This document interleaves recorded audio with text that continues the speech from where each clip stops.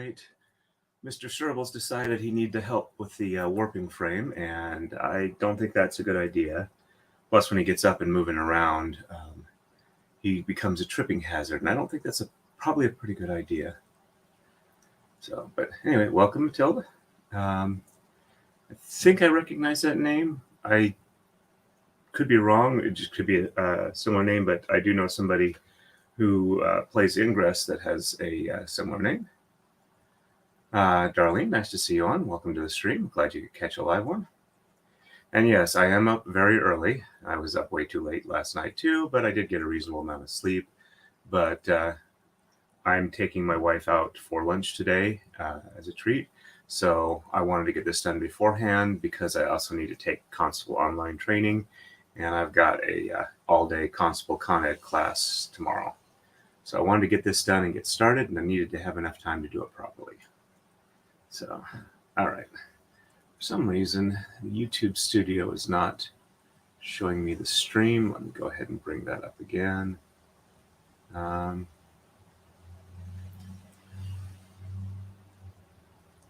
it says I'm live. Let me back up a little bit. I like to keep the YouTube and Rumble streams up in the background so that I can verify that things are working the way they're supposed to. So, all right. So it is showing me the stream on Studio. Okay, now it says it's live and got excellent connection. Okay.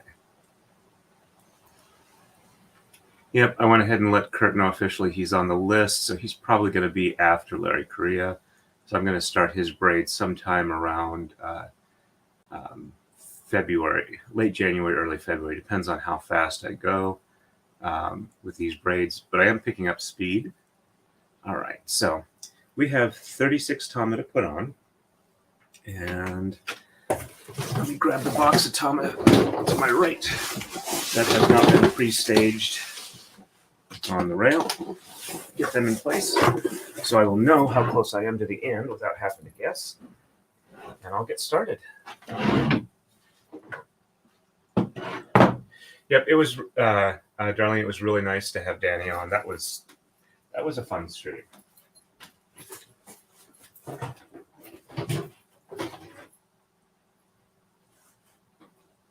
If I can do this without knocking anything to the floor.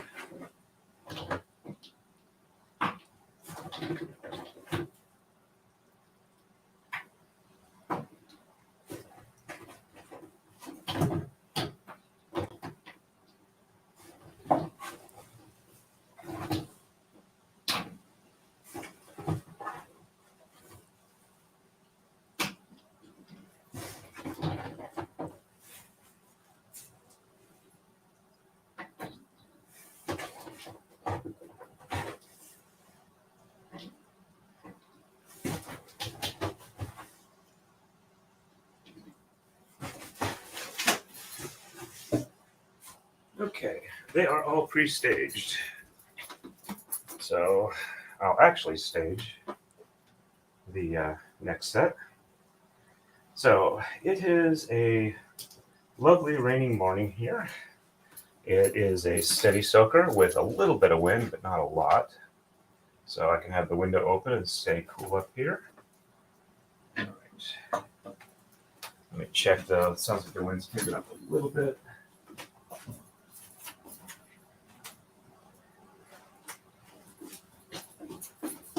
Thank you for your patience. It's not coming in the window, so I'm good. I also have to make a quick run to the store for some caffeine.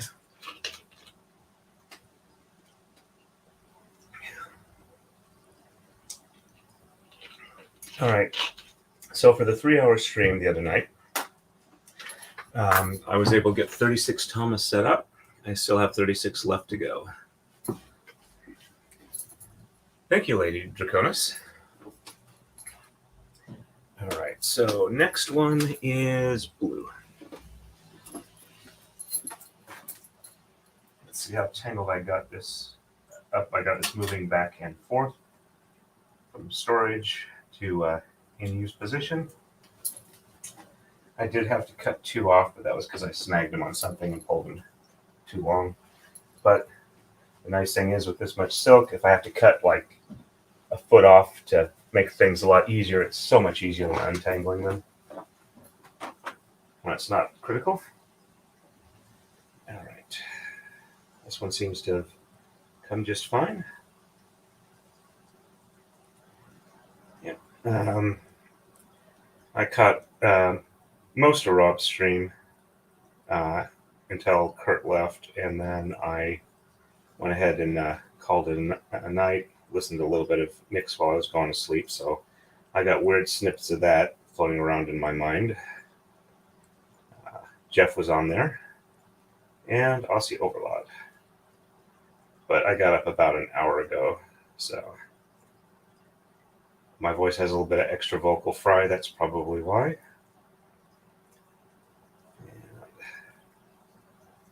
There we go. That one's not as tight, looks good. And let's do the walk back.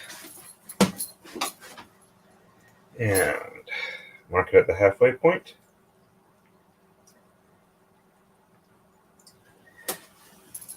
I should actually be able to do a bit more than I did last stream, now that I remember how to wrap them around the D-ring without major problems. This clip only works if I get all of the threads in it. There we go. And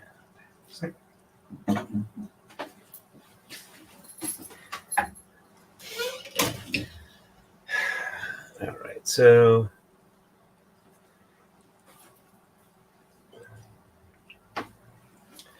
let me move this a little more out of the way.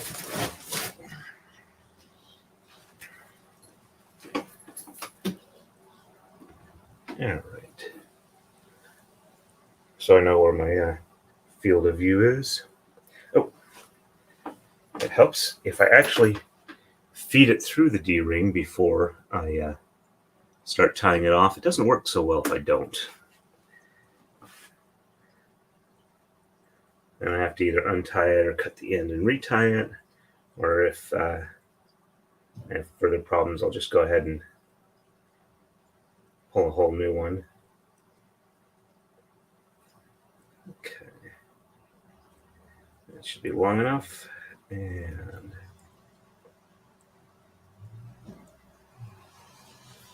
the way the wind is making the house creak sounds like somebody's trying to come up the stairs up here. And that usually only happens if my wife opens up the door and lets Serby up. But he shouldn't be up because he's going to be a safety hazard while I'm trying to set this up. All right, there we go. Let's move this back.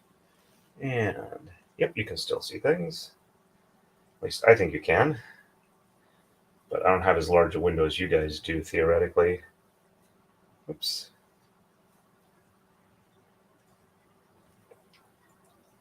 Okay, did I? No, okay. Snagged a bit on my finger, but we should be good there. Just trying to be cautious of things that might be a problem before they're a problem. All right. And we'll roll up from this end.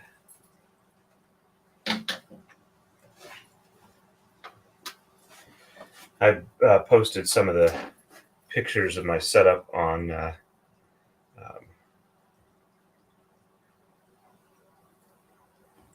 some Kumihimo Facebook groups, and I got a couple of suggestions for things that might be easier and less expensive for people, which I can understand. But I've kind of gotten to the point where I've gotten so frustrated with trying to make things work that just take a long time, and I want to actually be making stuff rather than preparing to make stuff that, all right, that looks good, that I'm happy with what I've got now, or at least the modification plan I'm thinking of. So under the first one, over the second, under the third, over the fourth, under the fifth, over the sixth, under the seventh, over the 8th, under the 9th, over 10, under 11, over 12, and under 13.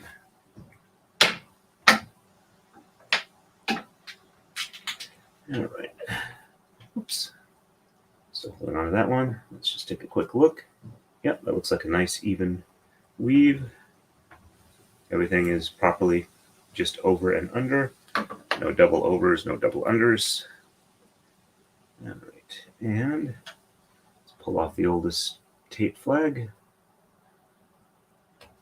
There we go.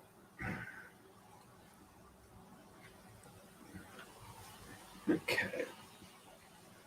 Try and keep this a little bit even so it doesn't stretch out. Let me catch up on the chat. That's probably the plan for this stream is I will set a set of braids and then check the chat with a catch up and do that. Okay, that sounds like a nice day. A bit warm for what I would like this time of year, but hopefully it's nice for you. Let's see. Yeah, it sounded like they were just reading out the end of the super chats. Good morning, Dragon Angel. Nice to see you on. Welcome to the stream. All right. I realize this isn't going to be as large a stream as we normally do. Let's see, that was what I wanted to check. It's currently 55 degrees here in where I live, and there might be a break in rain about 2 p.m., but it looks like it's supposed to rain all day and all night and into tomorrow. That's going to be fun for my constable class, though it's an indoor class from what I remember. All right, so, and the high looks like it's only going to be about 59, so it's going to be this temperature all day, but the low is only going to be for overnight. Tomorrow is 57. So, and looks like it clears up Monday, which will be nice. Highs in the upper 60s for the next 8 days or so. I can deal with that. Not too hot, not too cold. All right, we are ready for a white one next. Hopefully they didn't bind up like they have been doing when I've been moving it, but I need to pre-stage some Tama.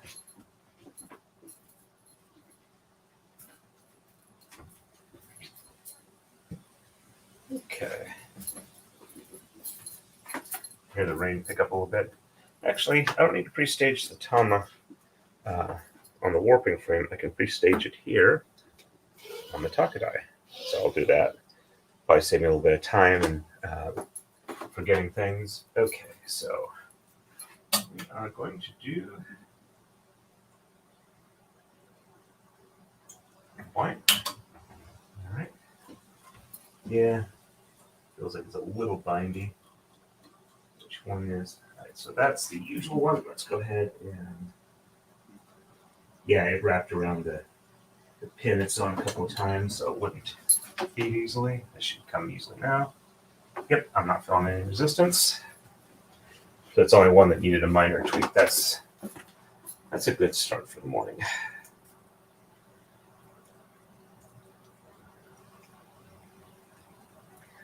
The only bad thing for me about the rain is that, well, my allergies are usually better after the rain is done, and it's washed most of the allergens out of the air. While it's going on, it kind of stirs them up a little bit. Or maybe it's my newly developed allergy to outdoor molds. One of the downsides of allergy shots is occasionally your body will go, hey, we're not reacting to as much stuff. Ooh, that's new. We must be allergic to that. Let's kill that as it comes in and make our body miserable. All right. That one's tied off nice and easily. Let's go ahead and pre-stage this. And work our way back. Mark the halfway point with a little tape flag. And walk back to here. It's got a little bit of wraparound going on here. Pull that even. So when I start the next one, I'm going to kind of try and pull that out and snip a little bit off the end.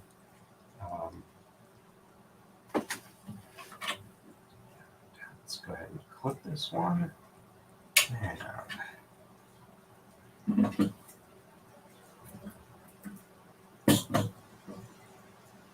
Probably should get a dedicated pair of scissors for that, so they're nice and sharp, aka ultimate fabric scissors. All right. Let's just make sure this is long enough, and we'll do this the easy way, where I just kind of deflect it through and then grab it.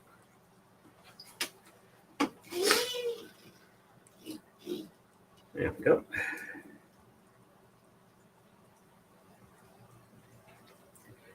So I originally suggested Kurt have the channel logo for his braid, but I will definitely, I'm on his Discord now. Admittedly, I don't really care for Discord. I can't keep up with it, and with my completionist mindset for a lot of things, that makes me frustrated. The ISP that I use for, I mean, I use Gmail for a lot of email, but for what I consider my home ISP is a little regional ISP out of New York City called Panics. And they have a BSD-based shell, and they have some internal news groups. And I read pretty much all of those news groups as I catch up or as I go along. And I have some good friends on there, so I don't feel too bad about that. But I spend a lot more time reading that than I probably should. Okay, it looks like one of these got short. Oh, no, it's snagged on there. Let's unsnag it. Still kind of weird. Let me go ahead and unroll this a bit and see if I can't even it out. All right. Yeah, I had one that was a little long.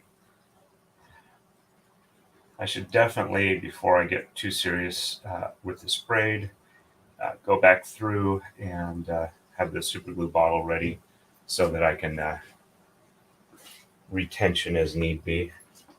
I basically put a little drop of super glue by the knot once I've pulled everything even. And that way I don't have loose threads hanging out, trying to snag on things and the like.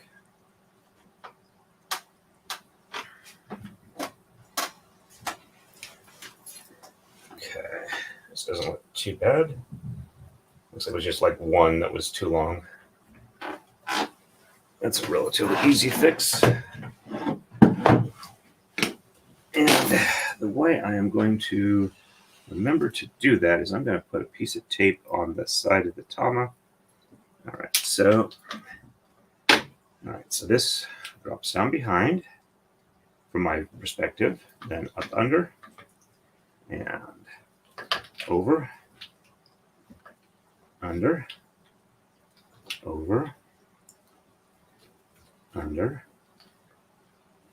over, under, over, under, over, under, over. And while I do have more over and unders, since I'm not doing quite as much conversation, or I'm having to pull up parts of my memory and whatnot that take a little bit of time, I still think I'm going to be able to keep up on this. All right, this one needs to unroll a bit. Good morning, summer butterfly.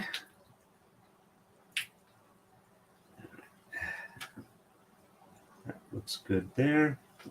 All right, I am going to pull the oldest flag off here. See if I can do it in a way that I can get it to stick to something else. Probably not. No. All right, so I'm going to take one of my small little flags pieces and whoops, yeah, I put on my thumb from the last one. Okay, so it does stick, but not what I would trust it. So that'll let me know I need to check that one and put a little bit of super glue so it's not all uneven. All right, that looked pretty good there. So we're going to do blue next. And I'm going to mute the audio for just a second.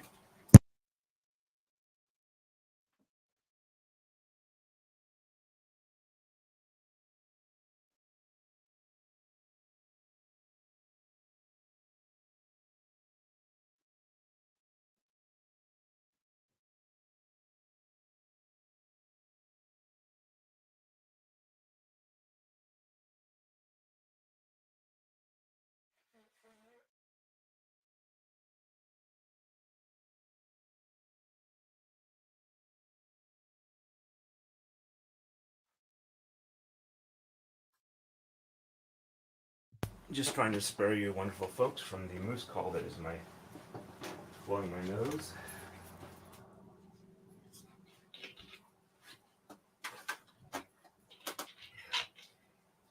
All right, I just did 2 tamas, so I have 32 left to go. There, I did 2 sets of 4, so I have 32 left to go.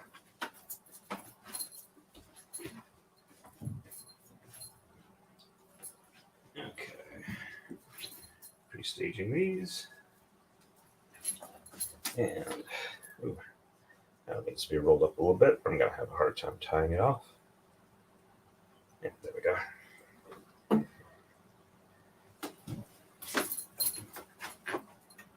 On to the blue. But not the deep blue of the sky. The gentle blue of deep ice. I suppose this is actually kind of a sky blue color. Yeah.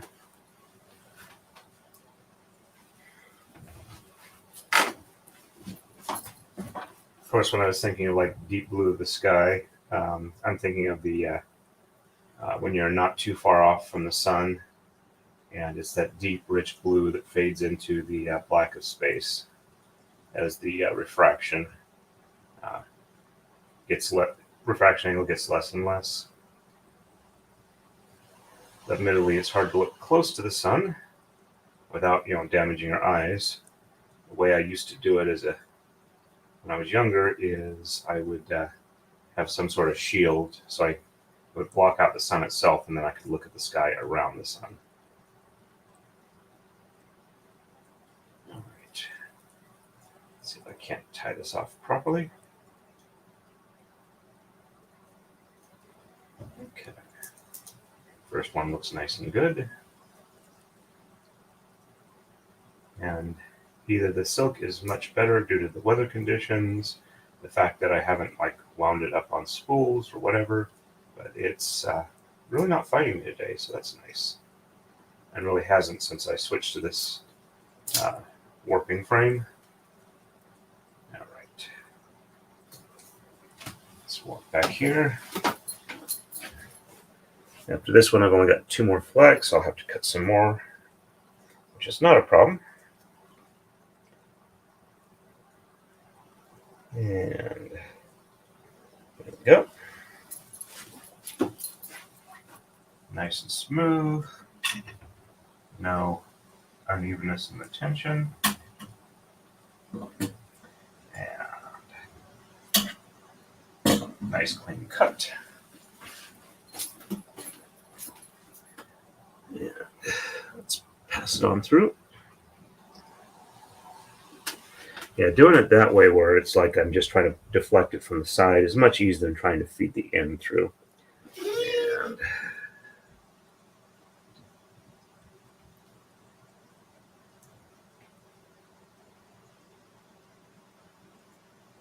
there we go.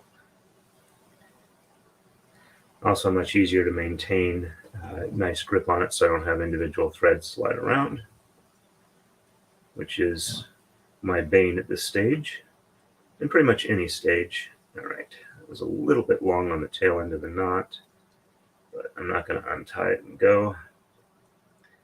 Try it again. It's a problem. I can always just cut off this excess here on the right. And there we go. Move that back. I do apologize if that makes anybody motion sick. That is not my intent. If anybody plays Pokemon Go, I'm finding myself frustrated with the Zygarde cell thing. I went through like 4 routes last night and only got 2 cells. And had my roommate with me as a passenger because she doesn't get around as much, and this way she gets to enjoy her game more. But the downside is that being the passenger in the car and us going around the routes and whatnot, she was feeling a bit on the Parsec side. And then, of course, we passed near the territory of a skunk, and that also made it a bit worse for her. Yes, that is indeed a squishy water bed. It needs to be refilled. It is currently low enough that if I sleep on it myself without my wife, that, hold on a second here. This did not loop around properly. I think I went only partially through. All right, there we go.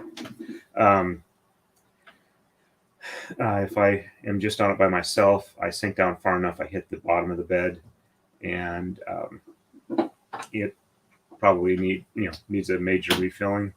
The downside is that we've noticed that the floorboards kind of shift where it's sitting due to the weight of the water, and so we're thinking about maybe swapping out the mattress with like 2 conventional type or memory foam types. All right, so that looks right. So it's under the first, and over, under, over, under, over, under, over, under, over,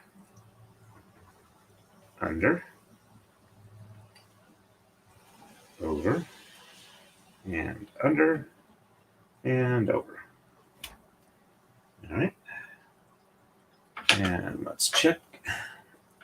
That does indeed look like a nice even weave through. And let's get rid of the oldest flag.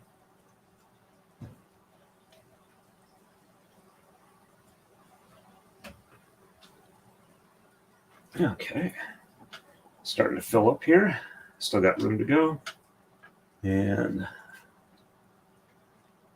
keep those nice and even. Let me catch up on the chat. All right, I think that's everything there. Okay, so just did a blue. We're going to do a white next. And this is one that I said I was going to try and like even out the ends so they don't have the unevenness where they're kind of snagging on each other.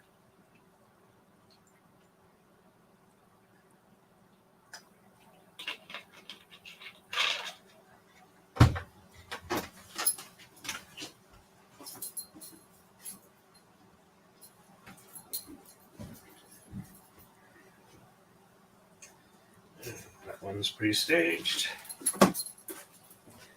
And gotta undo the work set on this one. Yeah, the wind is definitely picking up where I am. Okay, that one is pre-staged. Yeah. All right, let's see where you've been having your problems. I'm gonna put on there, and then I'm just gonna. That looks like a good spot. Let's go ahead and work the excess out. See how uneven we are. Yeah, that looks like they were kind of twisting around each other. That was part of the issue. All right. I'm just gonna let it go. Definitely gonna need to like Swiffer up here to get the little bits of silk that have fallen down. All right, so this is feeling much better. No resistance at all.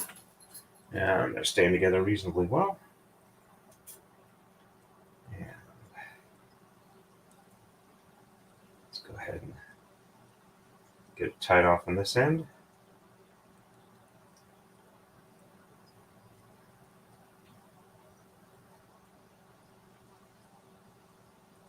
And there we go, nice even knot. Nothing looking like it's having any issues. There we go, second one. And the third one done here. Used to be able to only tie them off with 2 knots, but when they kept coming untied and falling off the Taka-Dai and have to retie them on, it's just like, it's even more annoying than when it unwinds past the leader and drops to the floor, but still is connected. Okay, there we go. Walking it back here, and second to last flag of the current cut set, which means after the next one I'll cut more. All right. Silk is feeling nice and smooth. A little bit of loopage here. Let's pull this back. And kind of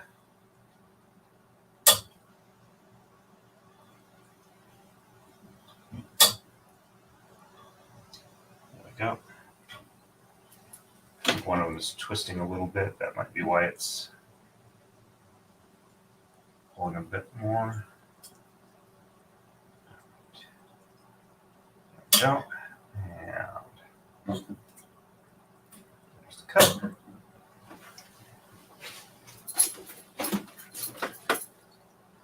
And passing it on through here.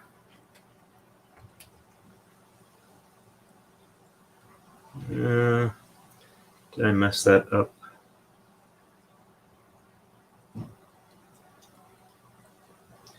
Let me just go ahead and give a little bit of a pull here, make sure that it's nice and evenly tensioned. All right. This braid is short enough I can actually do that reasonably easy. There we go.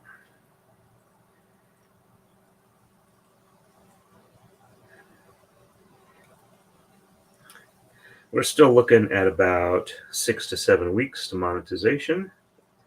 We'll have to see how that goes. Whoops. Snagged a little bit on my cuticle there. And there we go. First knot. I need to go through and look at how much I've spent on super chats, see if I'm overspending too much. I do get to write them off as for the taxes. Whoops. There we go. Pull those even, and one more. But it's still money, and you don't get all of the benefit back. There we go. I kind of treat it as an advertising budget. Well, that actually is how I'm treating it. I'm only including the ones where I mention the channel or braiding to bring new people here.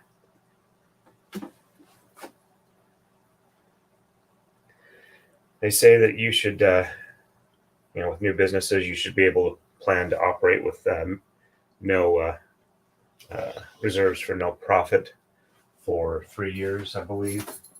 So I've been seriously doing this for about 1.5 years, and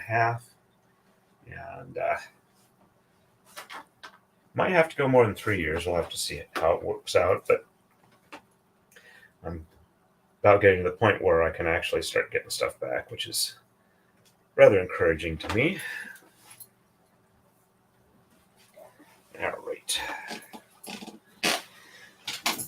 Sorry if the business type discussions is annoying for people. It kind of helps me. Oops, that one wasn't supposed to be there. Kind of helps me get a better idea of what I'm doing and whatnot. Sometimes if I talk about it out loud. So under, over 2, under 3, over 4,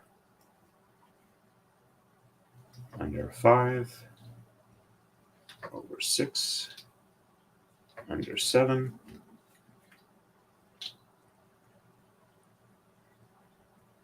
over 8,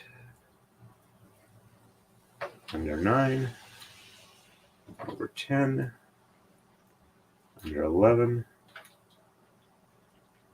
over 12, under 13, and over 14. And when I hit 20, that's pretty much when I'm done. When I hit 20, there's only 4 left to do. So, all right, so that looks good there. We have a nice even weave pattern. No over 2 or under 1, so I wove it through correctly. And that flag is off, and it's sticking to my finger. There we go. Oh. All right, so that's looking nice and even. And now with the white balance, it's a little hard to tell. Let me see if I can shield it a little bit from the light so you can see better. There we go.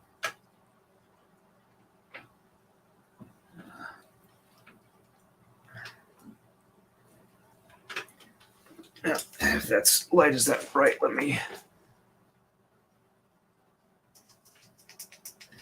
There we go. Now you can see a little better what's going on there. Okay. All right, let me quickly check here real quick. Oops, sorry, let me. Oh, you have a good one. Oh, thank you very much, Lady Draconis. The comb, I'm not sure if it would help that much because it.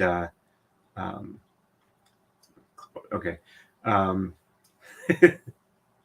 Thank you, Darlene. But the thing is they kind of twist as they're coming up through the thing, through the guide ring. And I'm not sure exactly how to deal with that, though I think the new intermediate guide loops I'm planning on making for this will hopefully resolve most of that. Keep them separate so they don't like wrap around each other where it can pull one more than the other. I would have to like comb the entire line, and that's what I'm doing when I'm walking back is I'm kind of holding my fingers, and when I feel it like twisting around itself or anything like that, I kind of tease it out with my fingers and walk back, pull the longer ones back to where everything's like hopefully more even. All right, so I just did a white one. It's time to do a blue one. Oh, technically, Darlene, the way I've seen it written, checksum is a single word as CHECKSUM. So yeah, same spelling, just no space. But that's in computer context, which we don't have to do it for here because you guys can interpret it however you want.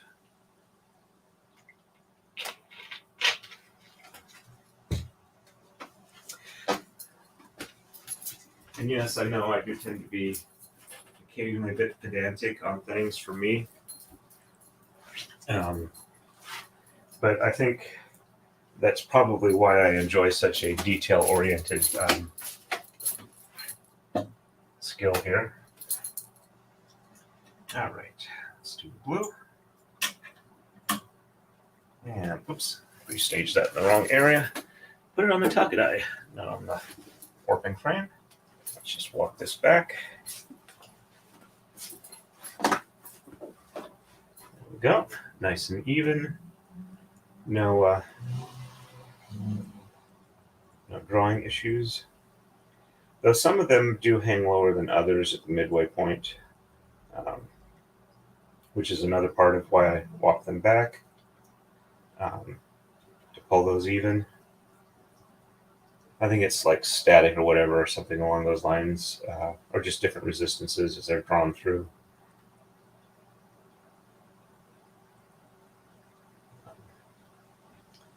I mean, theoretically, I could get it to where they twist as I pull, but I think if I did that, it wouldn't look as nice in the finished braid with all the parallel lines. Instead, they'd be like spirals next to each other. Now, I know the individual threads are spiral twisted, but when there's enough of them together in parallel, you don't really see that as a spiral. It's just kind of like a shimmering on the surface.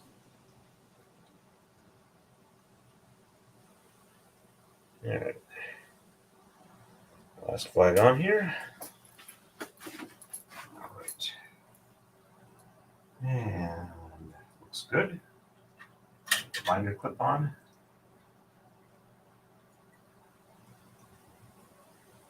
There we go. And green snip. Yeah, they definitely have some static on them. Okay, and pass that through. There we go.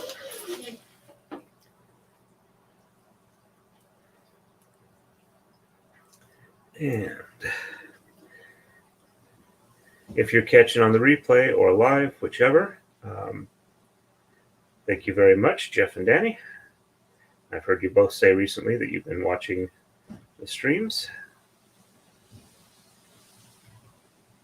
That gives me a bit of a ego boost, so thank you for that.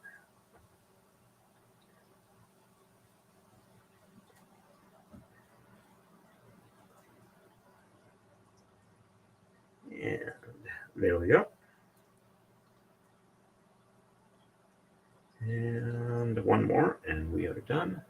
Oops, sorry, not really getting it in the camera view there. I apologize. There we go. Oops, looks like, nope, it just optical illusion. Looked like I had one that didn't quite fit in the knot. It was just a little separated from the others for a few seconds.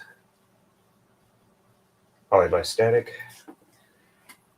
I haven't really had to deal with this set here, but I am still thinking about the potential of getting like a spray bottle, mister type thing with water and like a little bit of conditioner to eliminate the static and allow it to, the threads to slide along each other a little easier. And then just like do a nice cold water wash to get everything out of it before sending it off.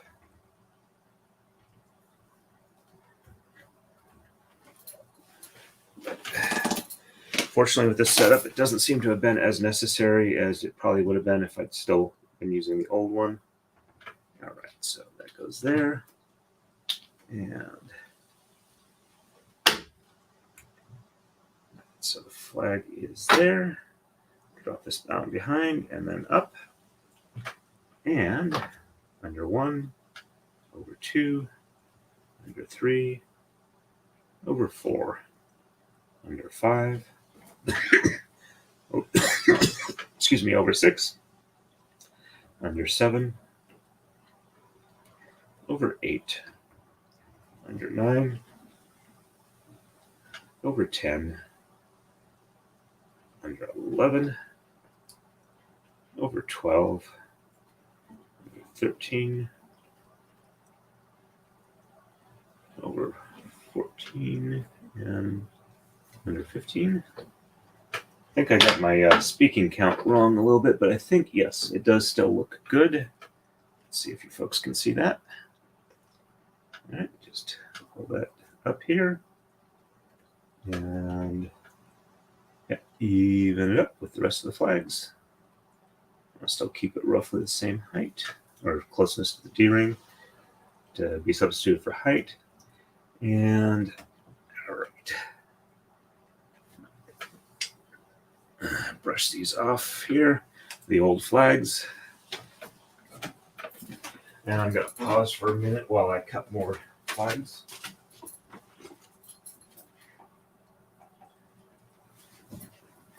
All right. Let's see, I have 1, 2, 3, 4, 5, 6, 7, 8, 9, 10, 11, 12, 13. I have 13 more sets of tama, 12 of which will need flags. The 13th are individual ones. They don't actually need flags because I'm going to be wrapping them around the D-ring before I tie it off. So it'll automatically find the center. I don't have to have a flag to identify that.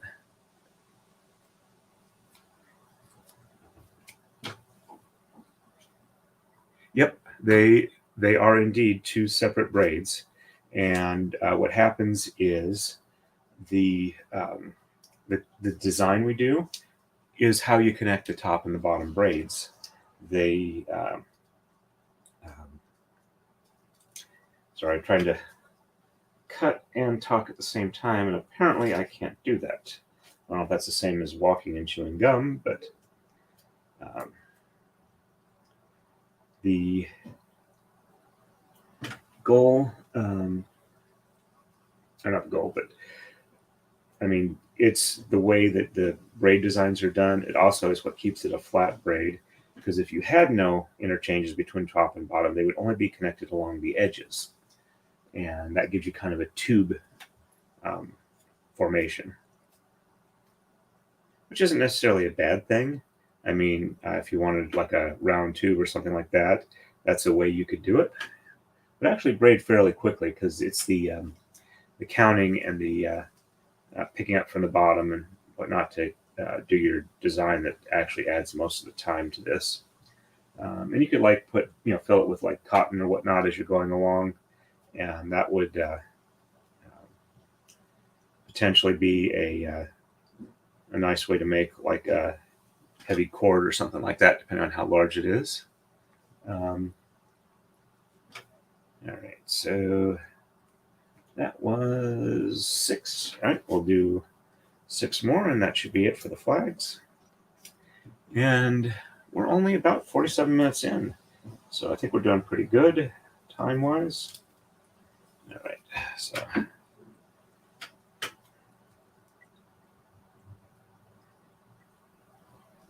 haven't done all that many tama, but I only have 26 left to go, so I've done 10, which is somewhere between a quarter and a third of what I have to do, and I'm somewhere between a quarter and a third of the way through 3 hours. So I think I'm on track. And yeah, these little flags don't have to be. Sorry, I realized I wasn't doing it on camera. Don't have to be that large. Okay. So if I'm off by 1 or 2, it shouldn't be too bad. All right, there we go. Hey, Tony P, nice to see you on. Thank you for the nice greeting on Kurt's Discord. I appreciate that. Been having fun with all the Zathras comments. I tend to use that username for like a lot of my games and stuff like that. My Ingress handle is, or username is Zathras357. So Babylon 5 was definitely a show I really enjoyed a lot when I was younger. Oh, congratulations, Darley, on finishing the second Kumihimo braid. That just makes me very, very happy. I'm glad that you're enjoying doing it, and I hope that it brings you much joy going forward. All right. So I just did blue, correct? Or did I do white? No, I did blue. So white is next. Pre-stage the tama. This doesn't do much good if I have nothing to tie the ends off to.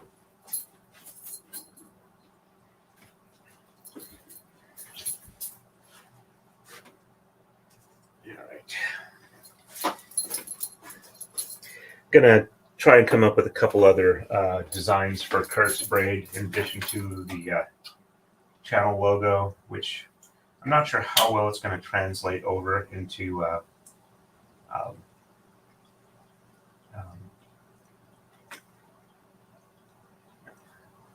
there's the loop I was seeing earlier. Let's just pull that out on the other end.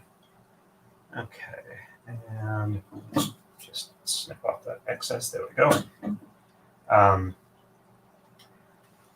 So yeah, I'm not sure how well his chat. Whoops. I have one that is not held at the end, so it wasn't pulling out with the rest. Let me bring these back up to evenness again. Beefish might work better, though I would probably. That's why it's having an issue. That comb is not wanting to feed. Got wrapped around the base again. All right, so now it should work. And yes, there it is. So I don't know if the beefish would need to be a yellow and black design. That would show up very well, though. I'll have to take pictures of the colors of some of these threads, as well as give him post a picture of the color palette that I can order from.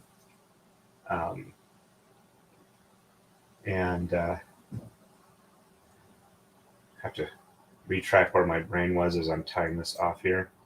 But I'm thinking like purple and gold, or the gold and black, or yellow and black, however you want to phrase it, would be nice color combinations for his braid.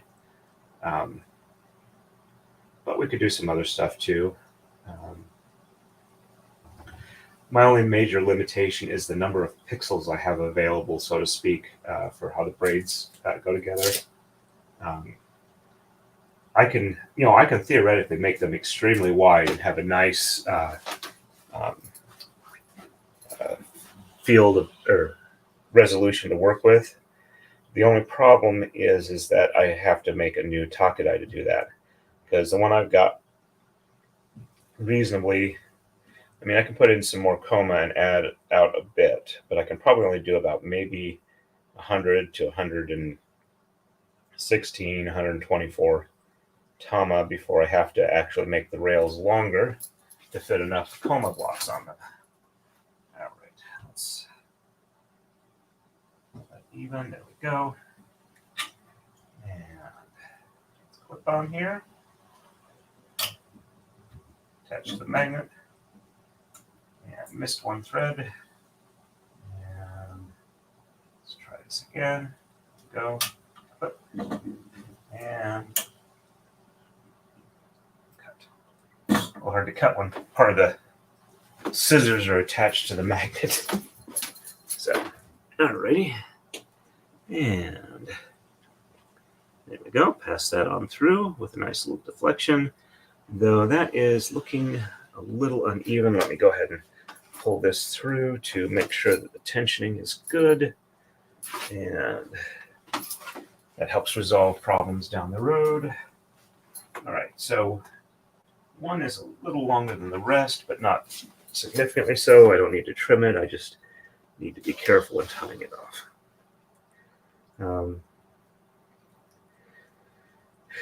I'm also finding it fun doing the design work on these, trying to get things to translate over into the medium I have at that's available for this project. These projects. The other thing is that as I get to larger and larger width or wider braids, when I do have Taka-Dais built for them, I also have to deal with the issues of, these are relatively heavy weights, the tama, and as a result, when you have a lot of them, it makes it hard to open the shed when you have to push down against the force of gravity, pushing down, raising up the tama, etc. Let me roll this one up here. So, and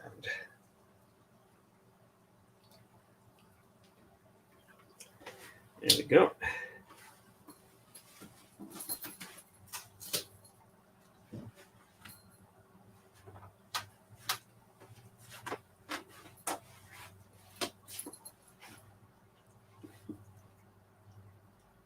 And let's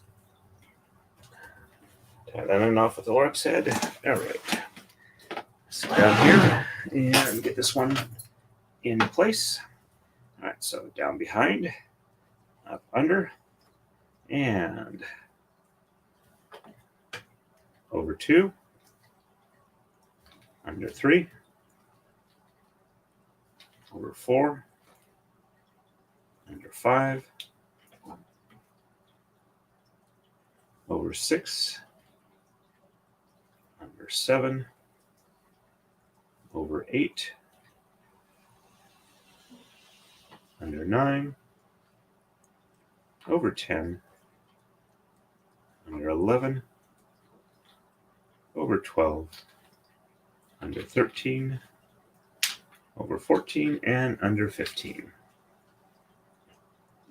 All right, looks nice and even. Let's pull this one up.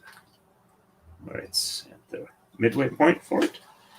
Let's roll the end just a little bit so it's not hitting the rail so hard.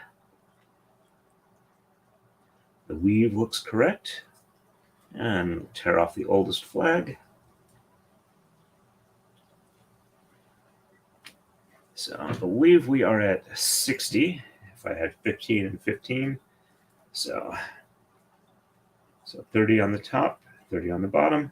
So we have 24 left to go. Let me catch up real quick.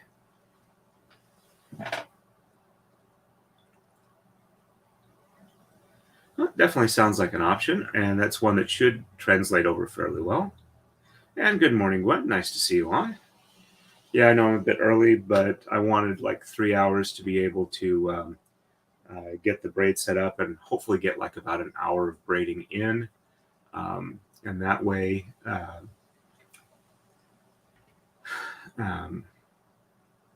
get my brain to function here.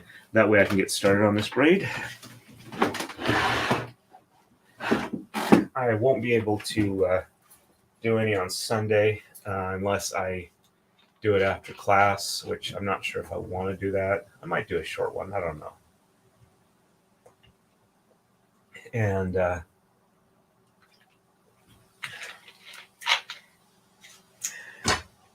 Monday, Ian's got his usual evening stream, so I'll probably do Tuesday night for the next stream after this one. Unless I'm feeling really a good mood on Monday, which I may or may not be. I mean, it's an 8-hour class with like an hour lunch, and there's some physicality involved with it. So I'm not sure how well I'm going to do with that. But if I'm feeling really good, class went well, I might pop on for a quick stream. It'll be short notice, so I won't post it in the usual spots. I'll probably just put it on like Twitter and Reddit. All right, got to stage the Tama.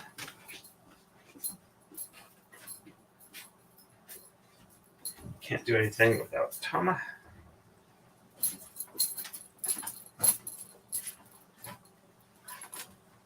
And I don't need to put it on the warping frame, just on the Taka-Dai. And blue is next. All right. Got all the threads and no resistance. Looks like we're doing really nice. And I'm almost done, or I'm well over halfway done setting up this braid. And it doesn't look like I've used any silk off the cones. So these are going to last for a nice long time.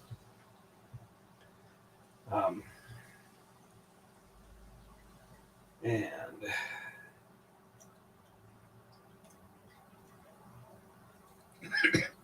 excuse me. Here we go. There's not one, and not two, and one more knot. We can start walking this one back.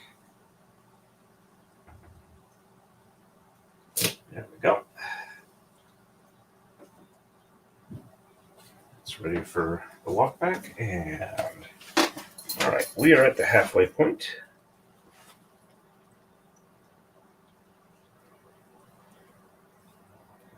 And there we go.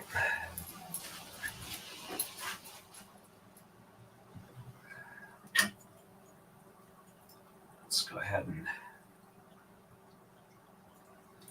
do the binder clip. And nice clean cut with the skizzers. And just twist my thumb in it. Hopefully that didn't cause any problems. All right. Pass it on through here. And it's looking good.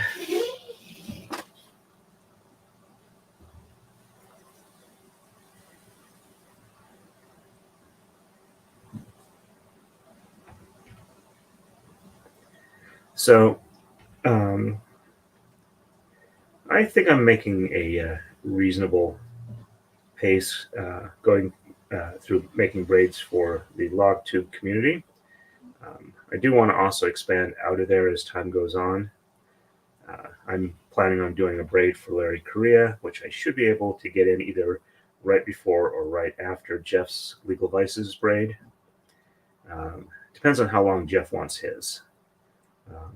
Not that I want to incentivize him to have a shorter braid if he would like a longer one, but he was saying that he wanted to do it as like a display piece on the wall, which is probably not going to lend itself to super long braids. So I'm expecting that I'm going to be doing his before Larry's. I got to also work on the design for Larry's. I think that was 3, so let's go ahead and... Worst case scenario, I have to retie it off, but I don't think I will. Because part of the issue I was having was I cut off the superglued portions and there wasn't much left. And if it can slide a little bit, it occasionally will. And that's not good. Looks like I got a long one here. Let's unroll this one, see if I can figure out where it happened. If one of them didn't make a loop around. Yeah. Okay. Yeah, it had one that was longer than the rest. That's annoying. It's not horribly longer. Might have happened when I was tying off a knot. But looks like we're even now. And I don't expect this one to be a problem. So I'm not going to bother flagging it. And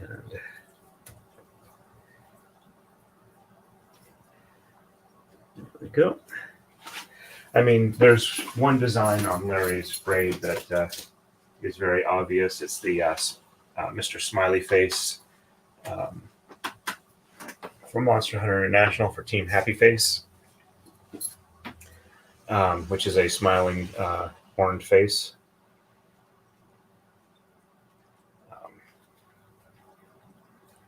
But I want to do a little bit more than that because he's done a lot more than just Monster Hunter. I'd like to get maybe a similar to from Son of the Black Sword series in on it. This is assuming that he wants one and he would like the designs. So, okay. And down behind. And under 1. Over 2. Under 3. Over 4. Under 5.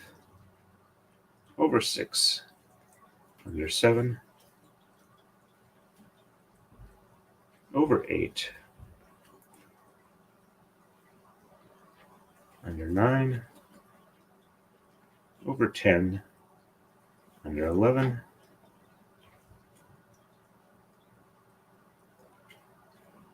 Over 12. Under 13. Over 14. Under 15. And over 16. And let's get that in place. Looks good for the weave through. Zach, I don't even really have to adjust the height. Let's go ahead and pull the oldest flag off. That one's going pretty good. Let me detach that from my finger. There we go. All right. And let me quickly catch up on chat, see if there's anything new. Nope, nothing new yet. So, all righty.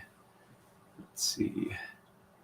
Yeah, we got 12 likes and we have 11 concurrent viewers. We're doing pretty good. Oh, good morning, Philip. Nice to see you on the stream. And there we go. Let's see anybody chatting on Rumble. I got 3 people watching over there. Hello, Rumbleites. We got 4 people watching over there. That's good to see you on. If you guys want to chat too, I will read them as well. I would just need to remember to check regularly. All right. And looks like the streams are still looking pretty good on the user end of the experience, hopefully. Looks good on my end. All right. So just did blue. It's time to do white next. Pre-stage the Tama. Cannot forget that.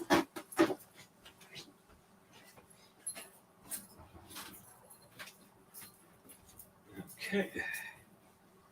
And one's ready there. This one's over on the Taka-Dai. And I did just do blue, so I do white next.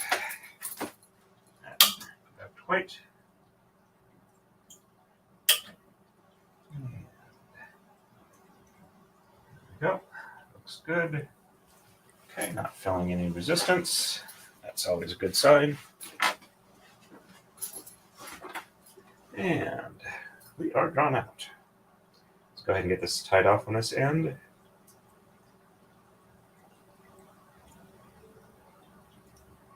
And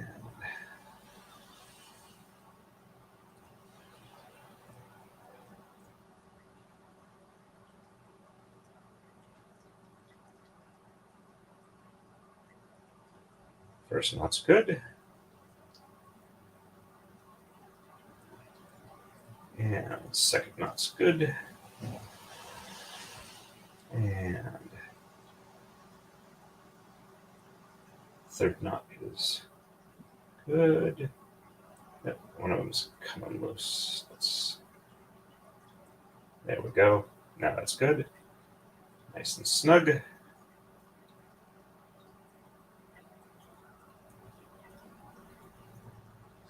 loose thread somewhere in the knot, but not enough to cause a problem that I can tell. Just pull all of them even. Yep. Oh, it's just stuck that way. It was on the first one. No worries though. Getting ready for the walk back. And there we go. The halfway point. Let's grab a flag.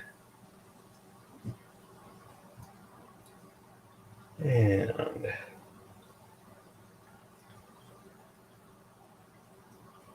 there we go. Walk our way all the way back. Let's let the excess hang back down in to where it's not actually tangled around anything and can hang free. That should hopefully resolve some of the issues I was having with that. And let's go ahead and put on our binder clip. And nice clean cut.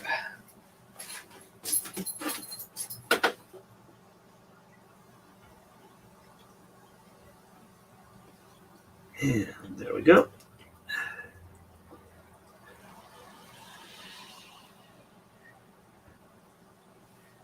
And I'm not sure I grabbed that evenly. It looks good on the end. Let me just go ahead and pull it real quick to make sure that, yeah, tension's good. I didn't screw up on that. And there we go.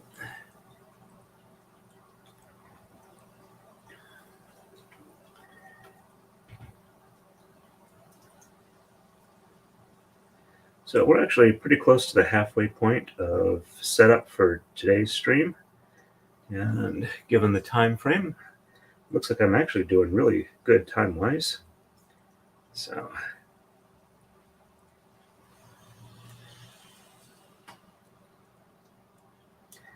now I'm going to walk that one back just a little bit and make sure that it does look like one of them was a bit off.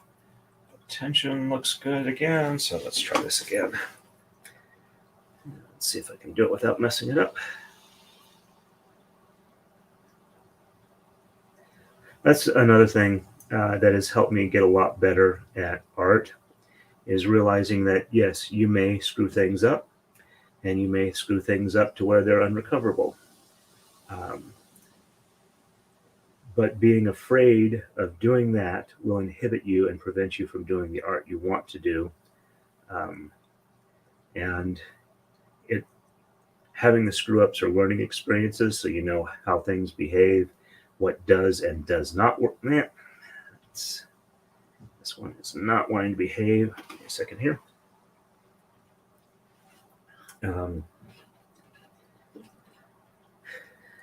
Learning how your supplies and tools work, what they can and can't do easily, what's tricky, what's not. And just because it worked perfectly the first time doesn't mean that it's easy. It might mean you got lucky. And you have to spend time working to make sure that skill overcomes the reliance on luck as time goes on.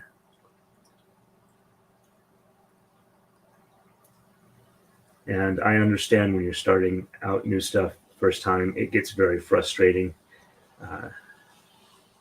building up the skills necessary to do things properly. And sometimes they just take a heck of a lot of time to do things well. Sometimes they require a certain mindset to do things well. Because when I first started target shooting when I was young, I was horrible at it. And I had a gap for a while where I wasn't really doing anything like that. Then when I went to get back into it, I had matured, so to speak, enough that I was no longer as impatient. And that actually made me a heck of a lot better on that. I mean, sometimes you need to be fast, but in training, you need to build the skills up first, the patience, the smoothness. Oh, no worries, Darlene. Appreciate you liking now. And you don't have to like, but it does help me. All right, so let's go ahead and I'm all this enough that I can hang it here and not have it hit the rail. And so flags out, the other one drops behind and up under the bottom. So under 1, over 2, under 3, over 4, under 5, over 6, under 7, over 8, under 9, over 10, under 11, over 12, under 13, over 14, under,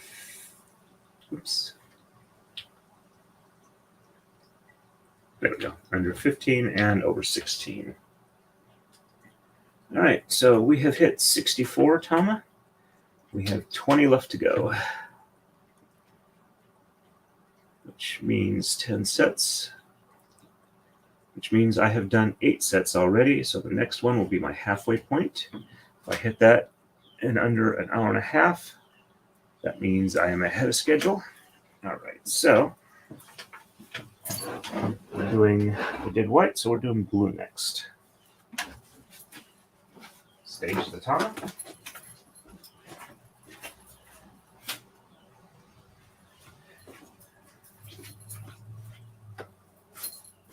And there we go.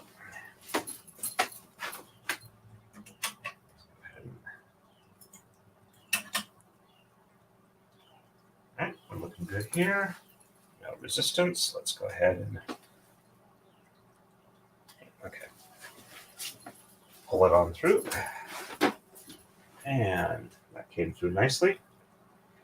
Also, when I get to the end, I probably won't do it on screen, but I will be taking all of the cones off the rack and putting them back in their bags for storage because I don't want them to get tangled and messed up.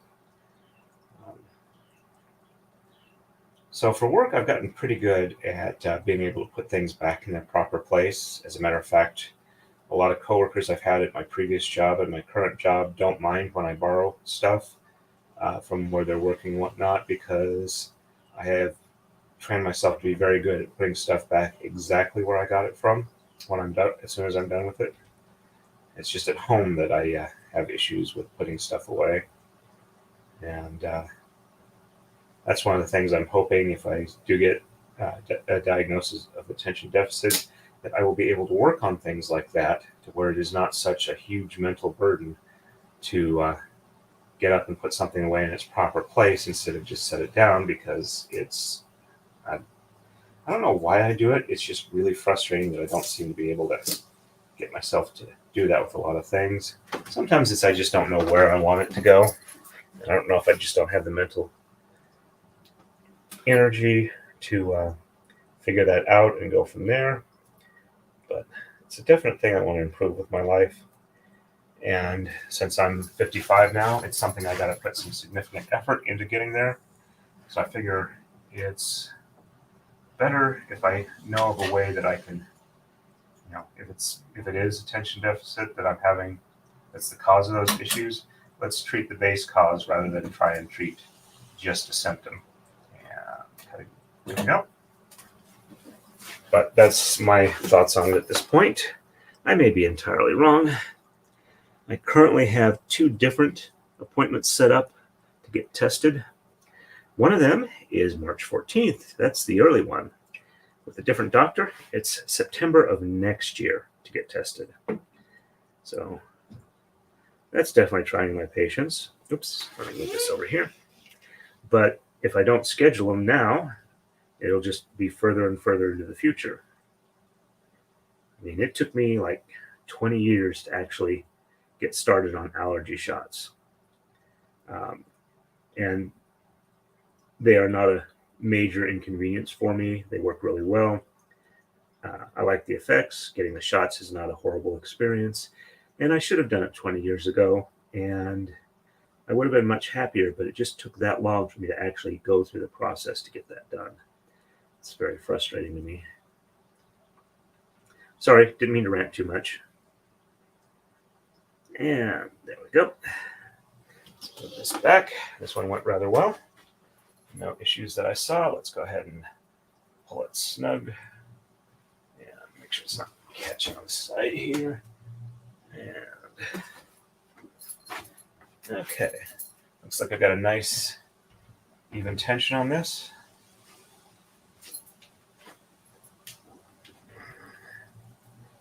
And water head knot on this end.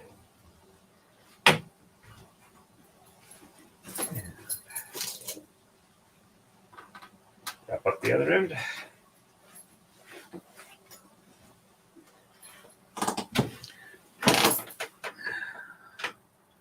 Let's go ahead and hit the lark's head for this end too.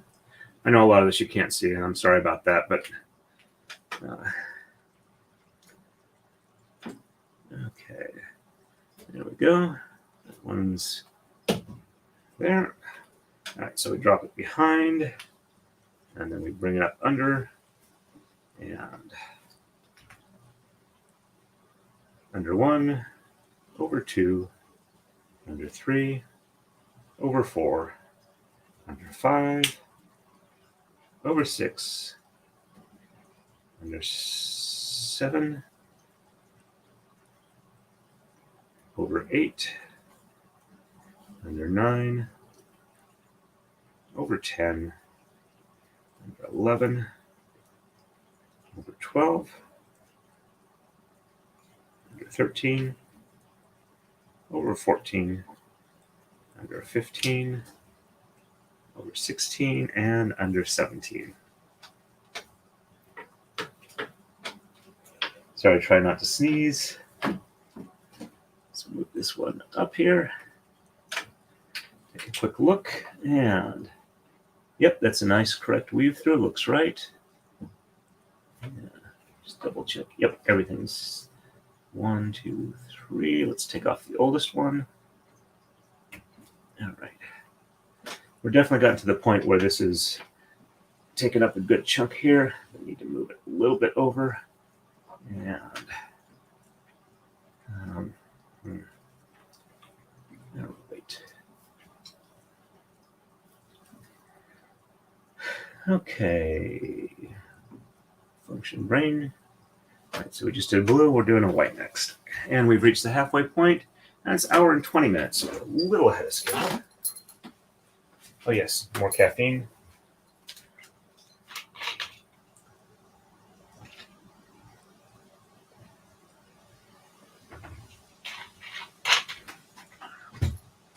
There we go.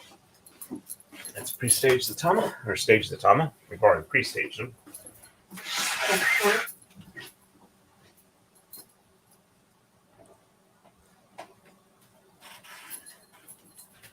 My wife will be happy I didn't spend a week or more with tama lined up all along the stair rail.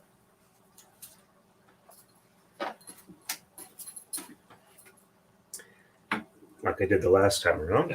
All right, so I just did blue. I'm doing white. Okay.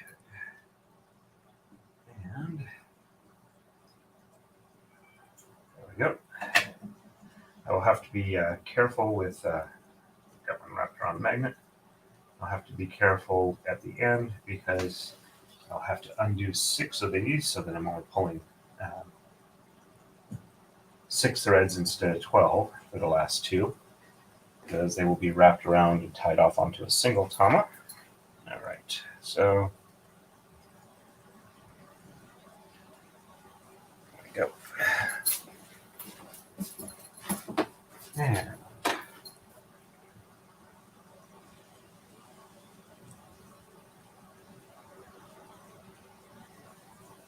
looks good on this end. Let's go ahead and get the knot tied off.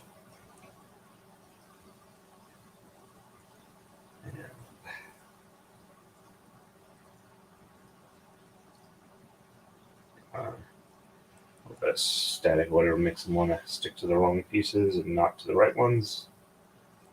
And get everything through. Yep. Nice knot there. Make it easier for the second 2. Now that I got a spot that's keeping things from sliding around relative to each other. And the second one is good. And one more, and we will be there. And ta-da!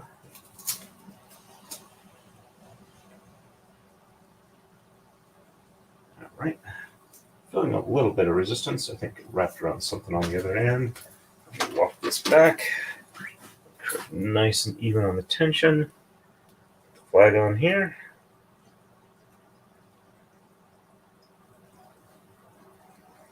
And flag is on. Let's work our way back. Something feels like it's twisted around. Yeah. Yeah, definitely have a little bit of wrap around here that's making it to where they don't want to pull even tension. Where is that one sticking? All right, so it looks like it is.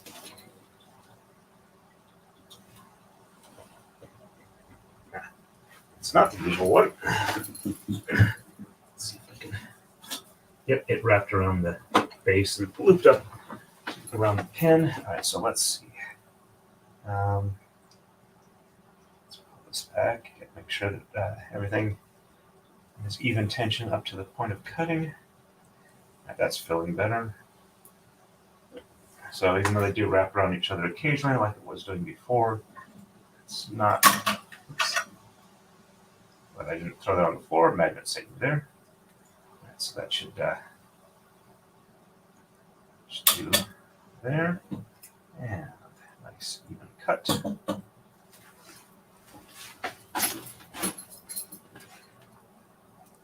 And pass that on through. And I'm just going to go ahead and pull it snug here, make sure that the tensioning is still even before I tie it off. And it's easier to pull everything straight relative, or even tension relative to itself. There we go.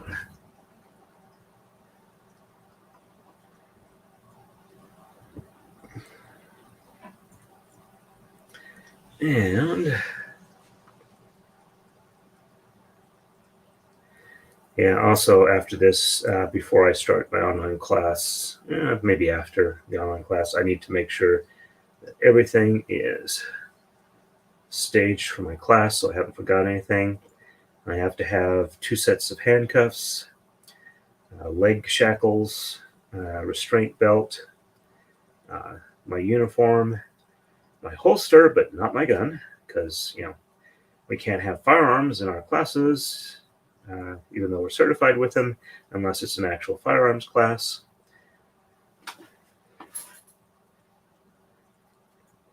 Which I understand the rationale, but we're allowed to, we're authorized to carry them in the course of our duties.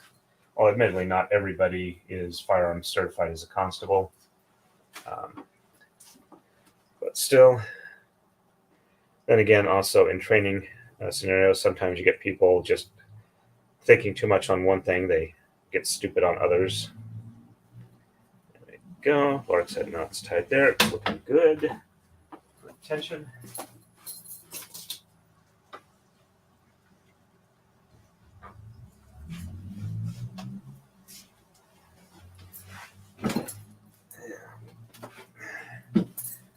Don't want to roll it up too much because I have to unroll it from the other end, or when I'm getting it positioned. There we go. All right, and still need to unroll it a bit more. Okay, so that's enough that it'll do there. And drop behind, come up from the bottom. I'm going to have to make myself notes so that I remember this procedure, because I should have remembered it from last time, because now that I've got the muscle memory active and I'm doing the same things, it's like, oh, okay, yeah, I was doing this the last time. So,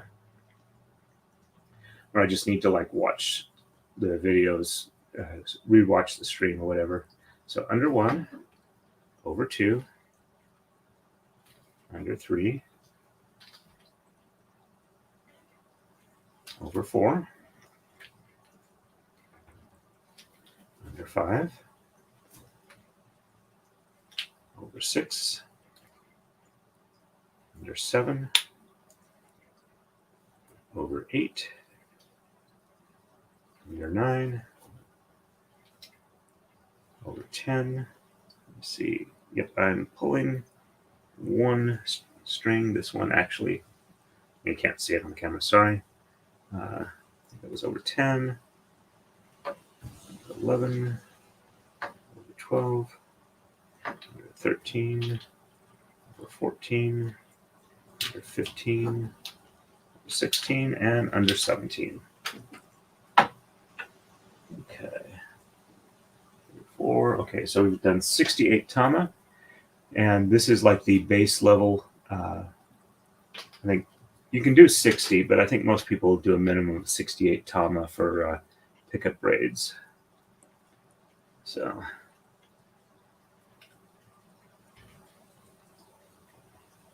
all right, take the old flag off, and looks good for the weave.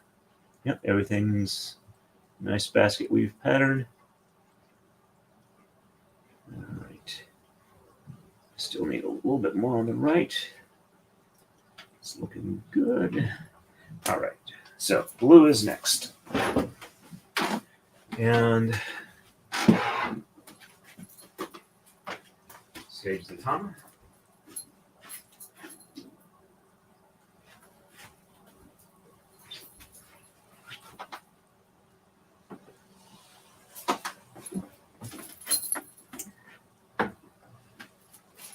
I remembered that I'm supposed to leave it on the Taka-Dai, not on the working frame, without having to walk back. That's an improvement. And this is coming nice and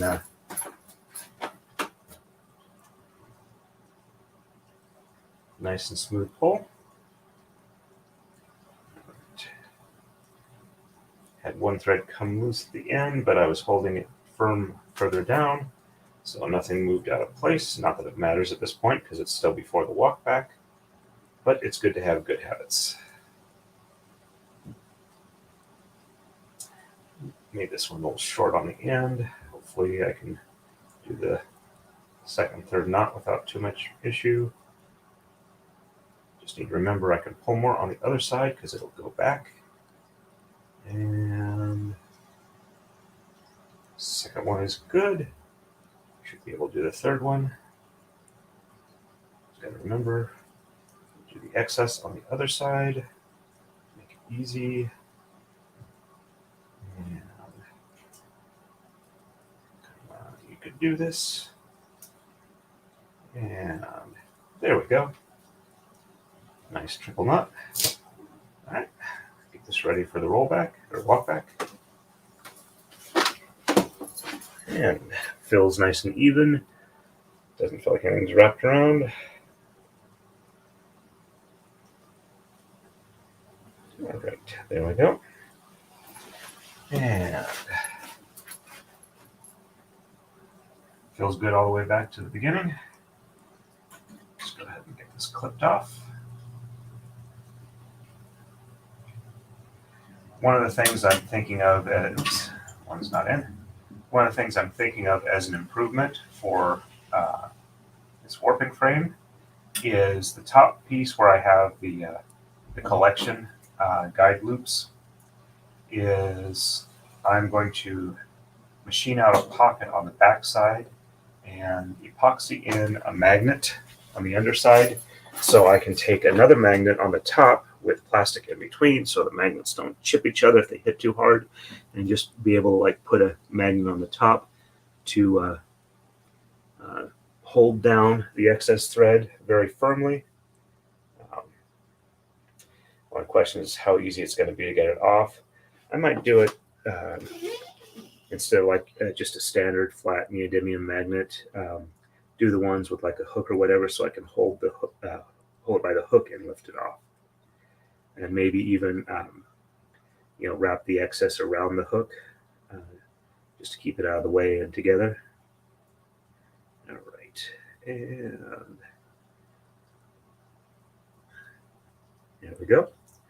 Yeah, that's another reason I think I might have attention deficit, is that as I'm working on this, I'm also thinking up design things for future stuff and talking at the same time, but the talking is kind of a reflection of what I'm thinking. So, but yeah, I think about things I want to do, designing things and whatnot in my head while I'm doing physical tasks. All right, that looks good.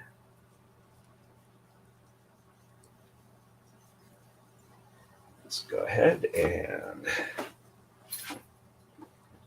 so the nominal time I was planning on streaming till today was 1 p.m. Eastern, and that is about a little over about 2.25 hours further down the road till I hit that. So looks like I'll probably get about an hour's worth of braiding time on this today.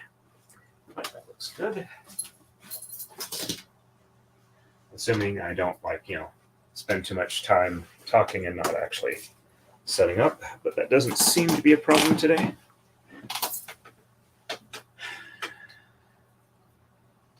And okay, Lark's head is done on the other end. We can set this here, and it's covering up the counter on StreamYard for how long we've been on. So, all right. So we're down behind and up under the bottom. So under 1, over 2, under 3, over 4, under 5, over 6, under 7, over 8, under 9, over 10, under 11, over 12, under 13, over 14, under 15, over 16, under 17, and over 18. There we go. And weave looks good. Consistent over under. Let's pull this even with the rest of them. There we go.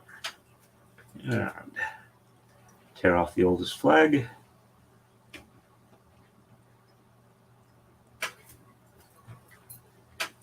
All right, we are ready for white next. And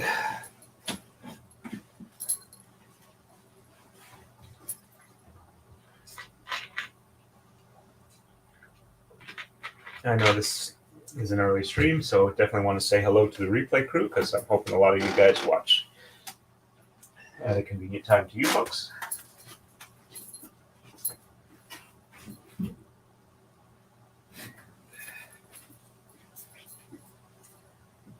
There we go there. And okay, so I just did a blue one, and I need to do a white one. There we go. Yep. Just confirming that.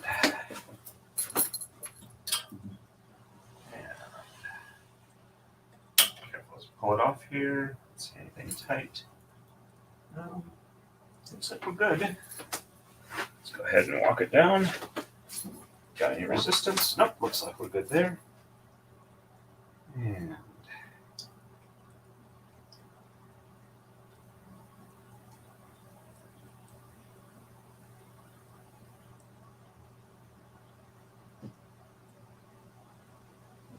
first knot tied off. On to the second knot. And on to the third. I seem to be doing better with less vocal fry now. And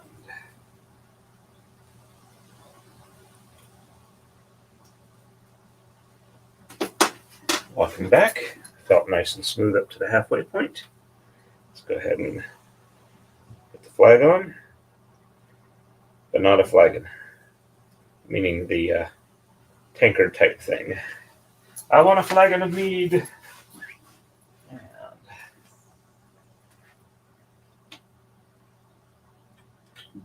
ready for a weird confession? While I do like sweet stuff, I don't particularly care for the taste of honey for some reason. Not sure why that is, but it's not actually clipping here. There we go. There we go. And nice clean cut.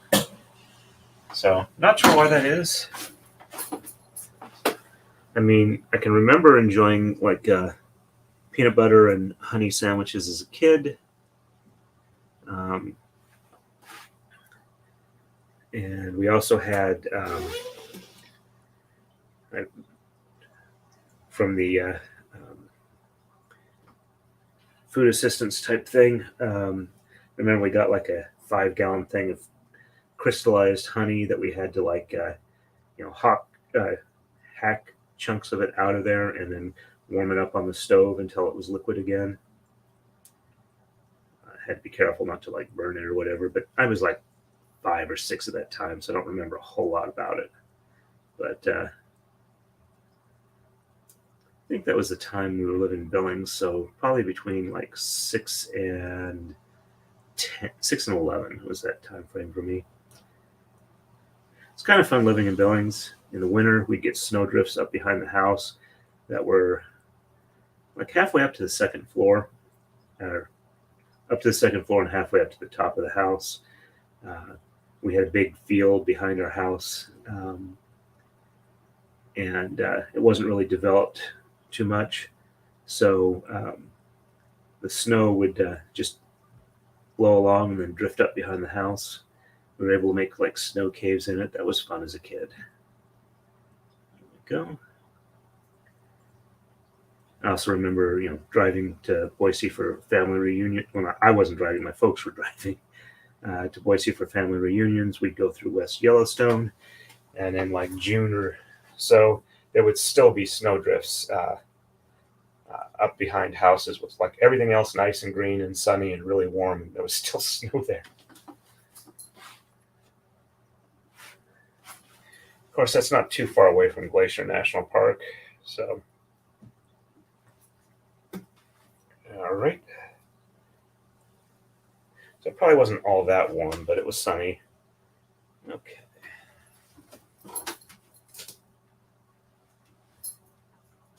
Just remembering things as a kid. Okay, let's go ahead and knock this off. See, I got a new chat. Let me go ahead and get this started, and then I'll respond to that. Okay, so on top here, and behind, and under.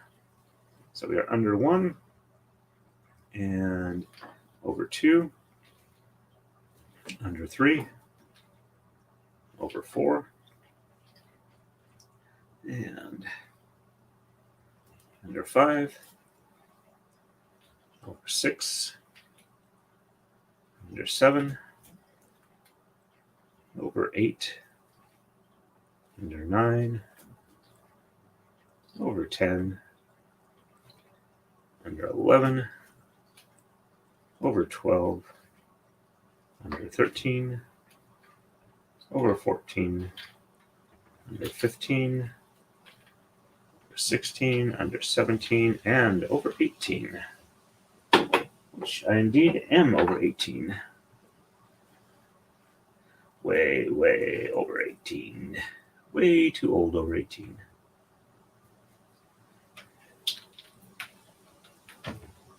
And let's pull that even. That looks good. The weave looks good. Let's tear off the oldest flag. And there we go. All right. And welcome, Pudding Way. Yep. I remember that redirect. That's the first and so far only time I've had a chat raid. I appreciate that. Thank you very much, and I'm glad that you're enjoying the content. All right. So, whoops, I am sorry. I did not move that back. I apologize. Okay, I guess I'm getting a little tired, or not fully awake, given the time of the morning. All right, so 2, 4, 6, 8, 10, 12, 14, 16, 18, 36, 72 Tama. We have 12 left to go. And I just did white, so it is time for blue.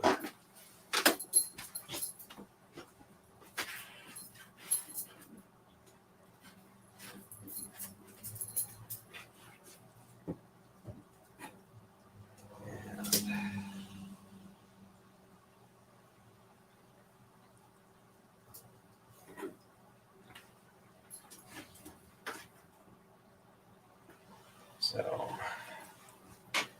9 was an hour and a half, so it's 6 per hour is what I'm shooting for. So I'm actually at the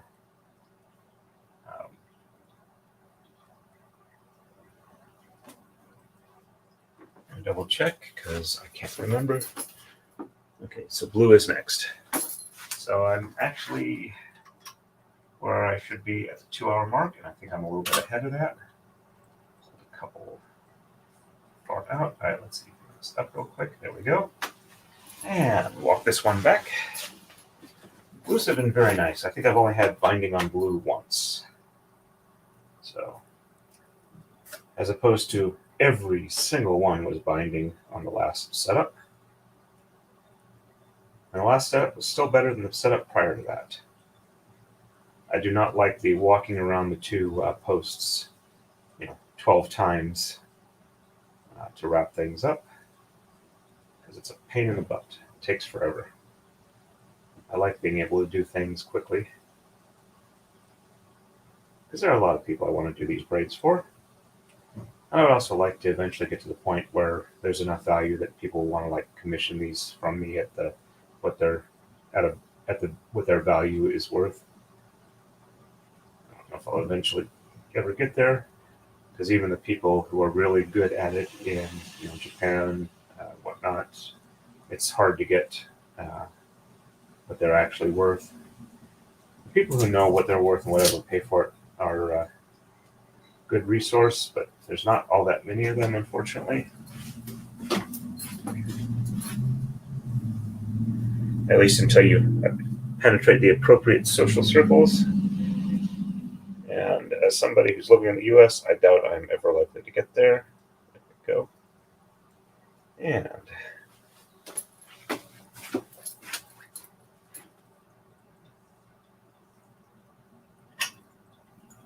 so I can clip this.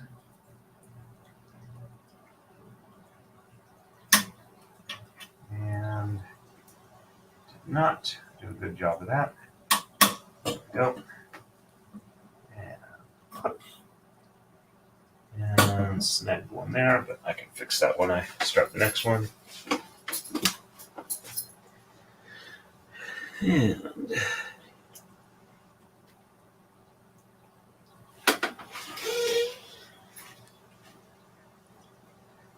I'm definitely ahead of schedule by about 15 minutes. That's a good sign.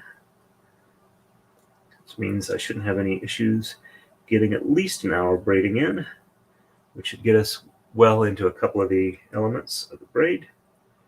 So I'll have a nice thumbnail for the next one. I probably should have done this as a combo stream. Not sure how I want to exactly add those up, but I do these as a playlist so people can go back and like watch the playlists for the particular braids. Speaking of which, I need to get all of the Rob videos together and do a time lapse. Not sure how well that's going to work given that I've been able to post up the steps more and do the split screens or multiple camera angle, whatever. Okay, putting that back before I sit down there, that's a good sign. And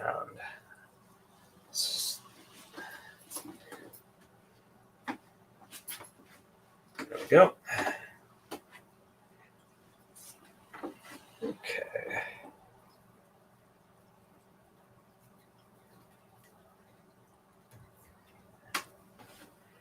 And let's wrap up the other end.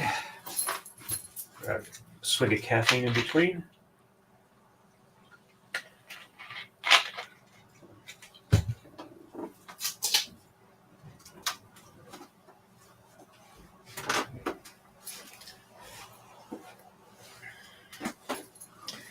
But yeah, considering it used to take me 20 hours or more to set up a braid, in fact, I'm going to get this one done in about 5, 6, between 7 and 8 hours. It is definitely much faster. And it's nice to be able to start incorporating that into my planning. Okay. All right, so the flag is on the right.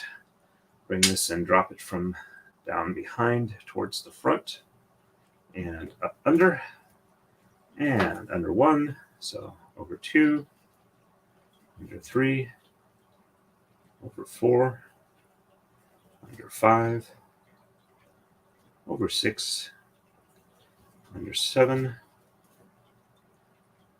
over 8. Let's see.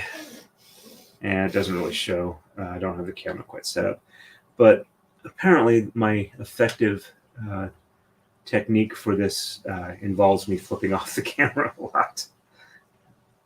At least I can move my fingers relatively independently. I know it's a technically inaccurate term, but yes, I am double jointed. And my fingers can do weird things.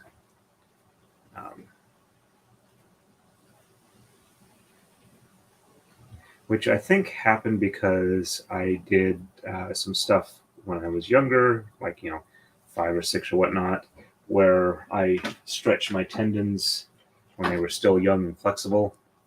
And that probably allowed me to do the things I do now. All right. So, and let's go ahead and tear off the oldest flag. Actually, we're far enough. I only need 2 flags at this point, so let's tear off 2. Just the current one and the new one to make sure they're lined up correctly, because there's enough weave in place that it's not really moving much at all. I mean, it actually takes a little bit of effort to get this in. Let me double check. Yep, that looks like a good weave. All right, stretch the back here real quick, catch up on chat.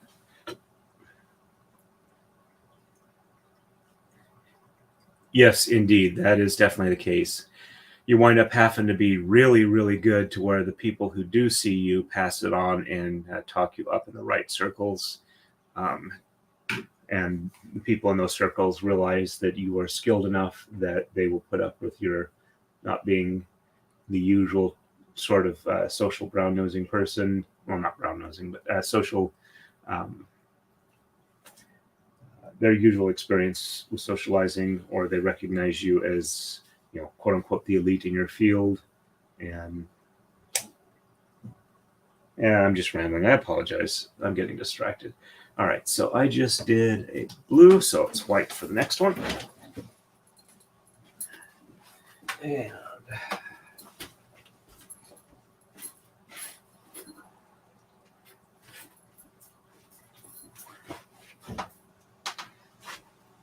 we also just hit 74, so there's only 10 left to go. After this one, we'll be in single digits. Okay. All right, so I have that one pulled out.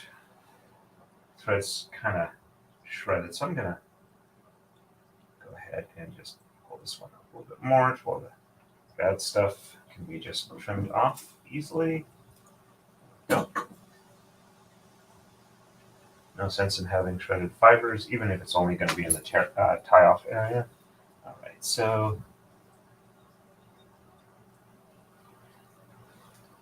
okay, yep, everything's headed up to the top. I didn't lose this thread. And I walk back nicely, no resistance at all.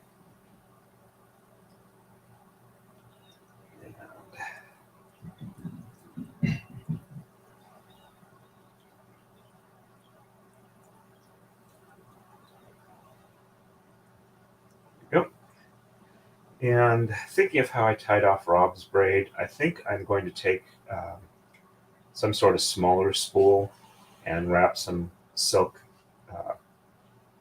on it so that I can do a similar thing with a smaller, easier to handle spool for the wraparound.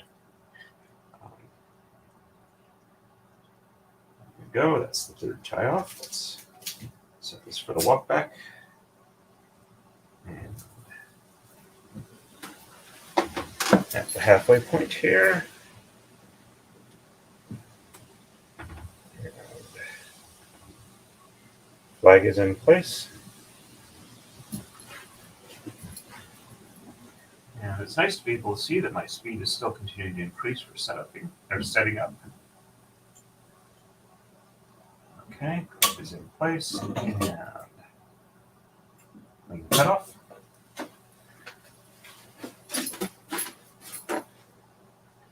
And pass this on through. Nice grip, make sure that I'm not, there we go, let anything slide relative to themselves, because that screws up the tension. And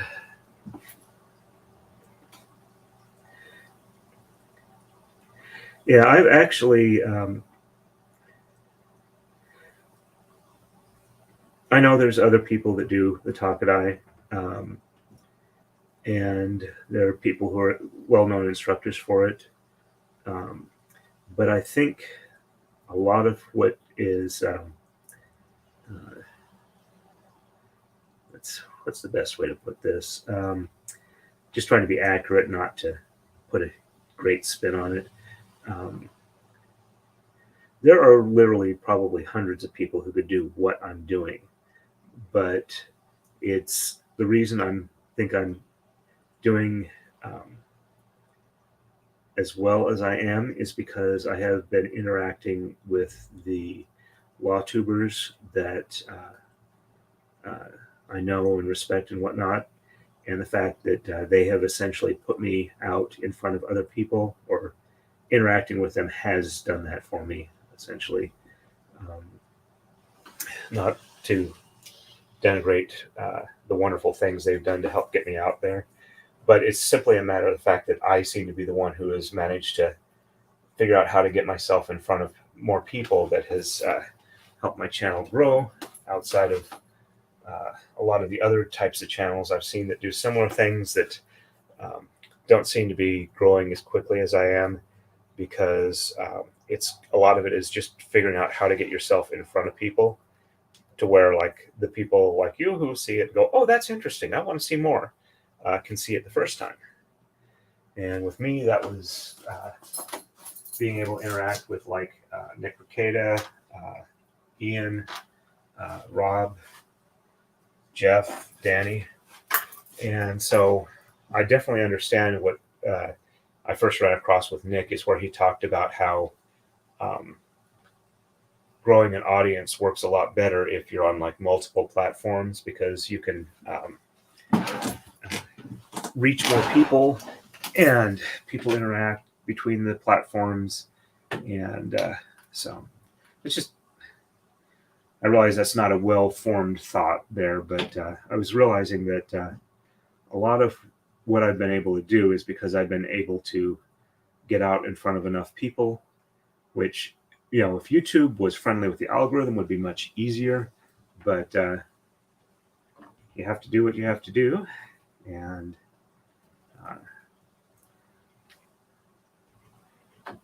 doing nice artwork for people who are already out in the public. And admittedly, I'm doing it for people I respect, not just, hey, they're a big person, let me get them to do this. I enjoy what they do. I respect their opinions. And it's like, okay, this is somebody I can do something for, where I can put in the time and the effort, and my mind will let me do it because it's well received and they're good people. So, I apologize for the rambling, but those are the malformed thoughts bouncing around in my head these days. If they were better formed, I could be probably more of a professional speaker as opposed to the stream of consciousness guy that I am. All right, let's go ahead and pull this one even. And since we're going down to 2 flags, let me tear off the 2 oldest here. So we only have 2. And then my anxiety will hopefully have ebbed down to the point where I can look at the chat without freaking out.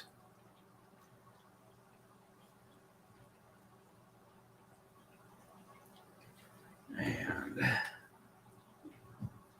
there we go. Okay, all right. So no terrors there for me. And just did white, so blue is next. Actually, let me pull these off so they don't all wind up on the floor here. Put them in a proper receptacle, because I'm trying not to make a mess. And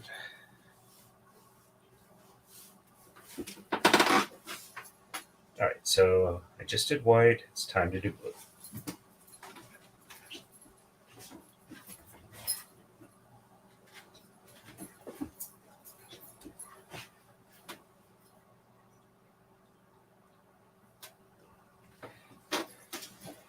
This is the third last double tama that I will be doing. The remaining 2 individual tama after that will be done one at a time. I'm doing blue. Do not forget, it is blue and not the cheese. All right. There we go.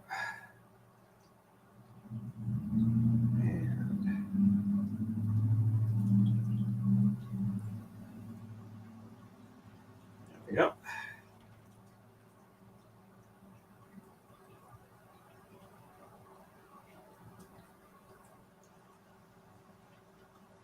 Oh, and one of the other things that makes me very happy to do stuff like this is when people like Equality have mentioned that something from her own culture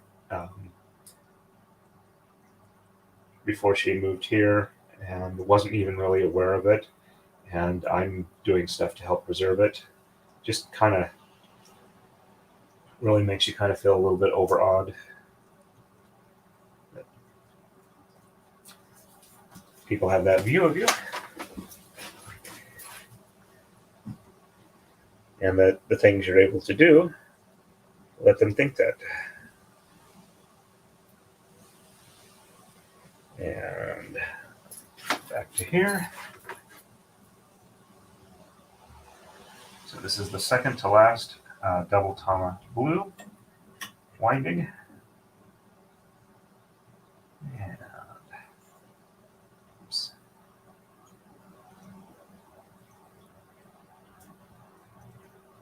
There we go. Make sure the binder clip is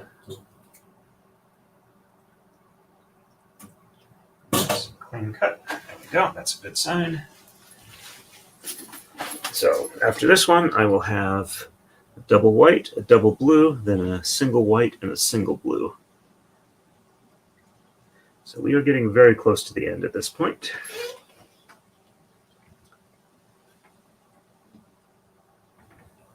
And let's go ahead and I see there's a new chat. I can't quite read it at the moment. And when I sit down after I tie it or weave this in, I will read and respond. So that's currently what I've been doing is I'll do a set of tama, sit down, weave them in to position for the starting point, and then read the chat and respond if need be. And then get up, do another one, kind of ramble my stream of consciousness so you folks can experience the joy that is my scatterbrains.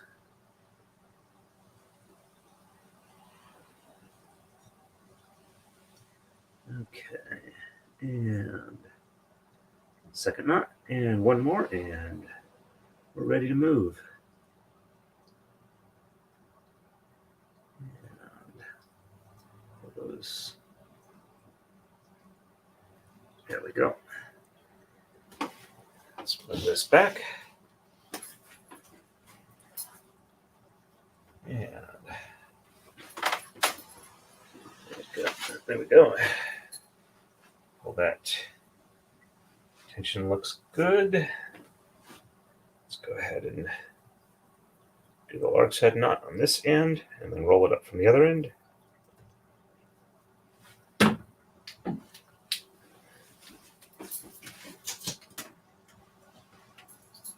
We are pretty close to starting the braid. And that's probably enough for tearing off here. And there we go. Gotta sit down here and alrighty. This is the fun part. It's getting large enough for braid. It's a little hard to pull the top layer out of the way, so I can do this. So I drop down from behind, then come up under the first one, and over 2, under 3, over 4, under 5, over 6, under 7, over 8, under 9, over 10, under 11, over 12, under 13, over 14, under 15, over 16, under 17, over 18, under 19, and over 20.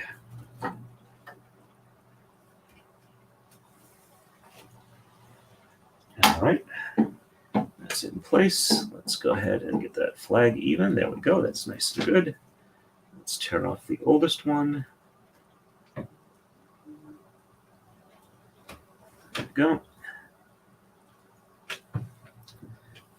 Okay, let me get that entirely off my finger. All right, so the weave through looks good. And still have enough room there for the remaining ones. That's good. All right, catching up with the chat here. Hey, Arbower25, welcome to the stream. Don't think I've seen your name on here before, so welcome to the live stream. Nice to have you there. Can't talk today. Nice to have you here. Thank you very much for joining. And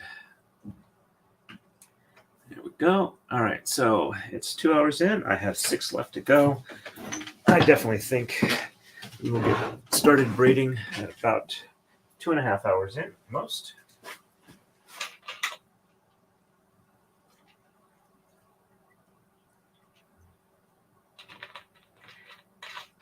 So setup is running between 7 and 8 hours. That's a definite bonus.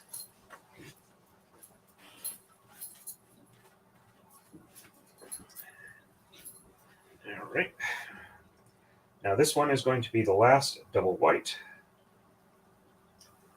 Go. And let's go ahead and get this staged. There we go. So we are doing white. Though I won't pronounce it the way X-Ray Girl does. Not sure if I've got enough phlegm in my throat for that. This one's a little mindy. Get that one under the bottom. And that was the one that was doing resistance. That's good. Okay. And let's go ahead and tie this off. And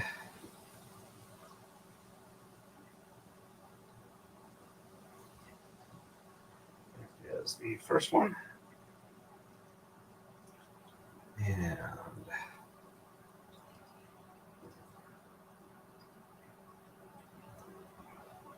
second one. And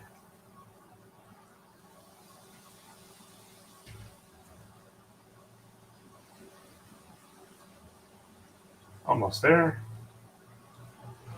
I'll pull through. There we go. Third one, nice and good. Okay. And let's walk this one back. And we will put the flag on at the halfway point here. My halfway point is a piece of tape on the floor that I pre-measured the distance so that I don't have to worry too much about it. Okay, let's just get the clip on here. It's not too critical since the next one is only going to have 6 threads instead of 12 because I'm going to fold it in half. All right, and nice clean cut.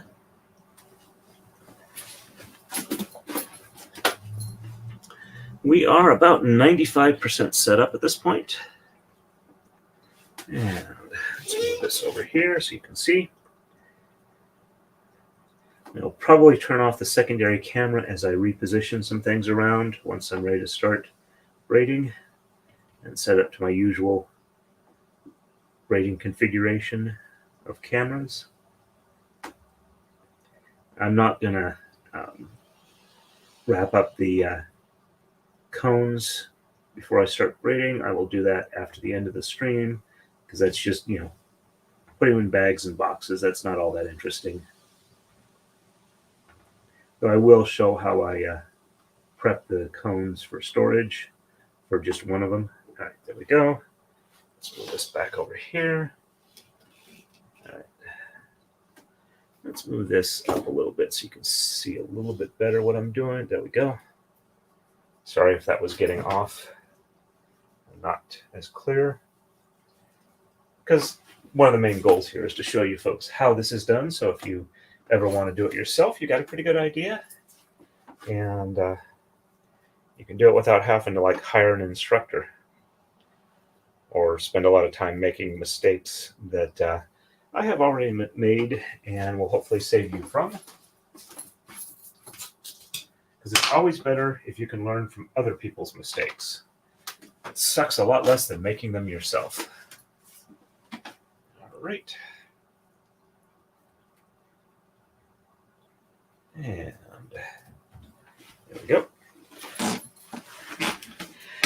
I also figure I need to start taking better notes of what I'm doing so that that one looks right there. So I can refer back, when I'm getting new stuff. This is a 1 3/8 size D-ring. And it's good for 84 tama. All right, so we're under 1 and over 2 and under 3 and over 4 and under 5 over 6 under 7 over 8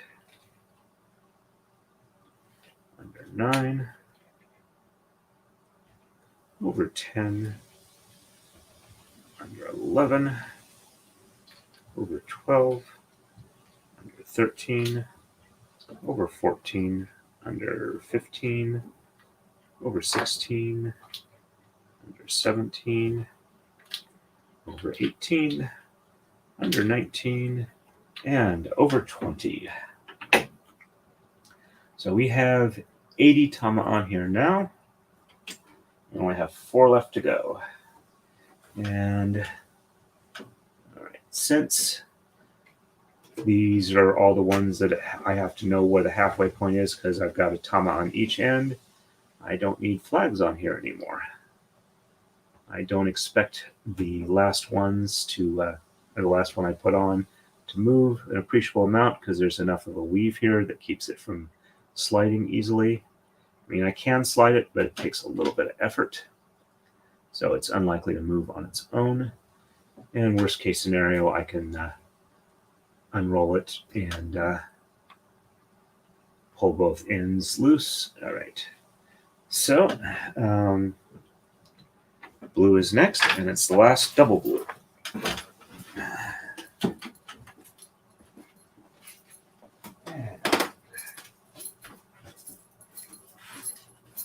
I'm just going to go ahead and stage all 3 of the ones that go up on the box that I've got for my length measuring one. There we go. All right, so blue.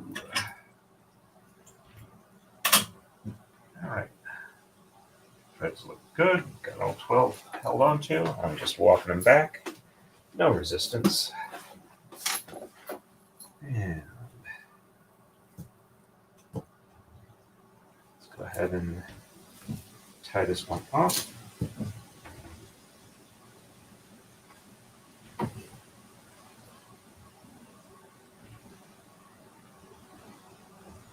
we go. And let's get that first knot in. That's the important part. Makes it easier for the next couple. And I notice I've got a little bit of painter's tape on my finger. Let's scrape that off. Just because it snags on the silk at inconvenient times. And it doesn't want to come off. So let's get it to stick to something else. There we go. I'll clean it up properly later.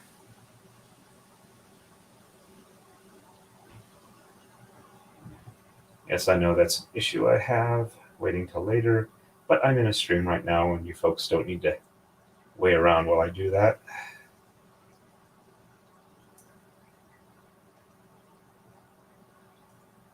And I know eventually it's going to change, but since we're past spicy time starts, I would like to say thank you to everybody who's been in my chat.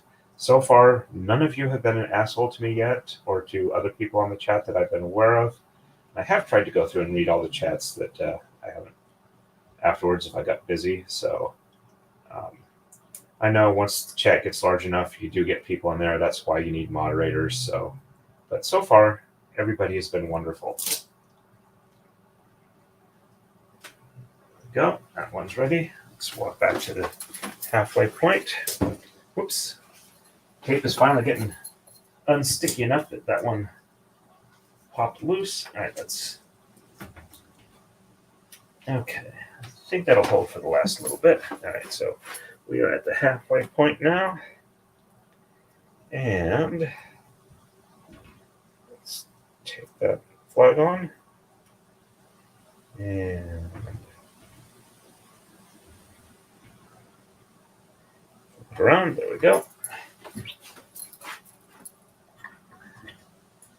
And find your put it in position, and cut.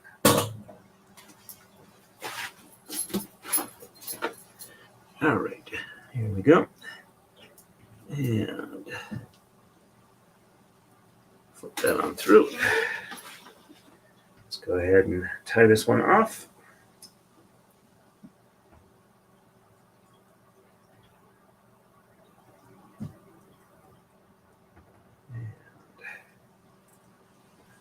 kind of small loop on that leader, but it works.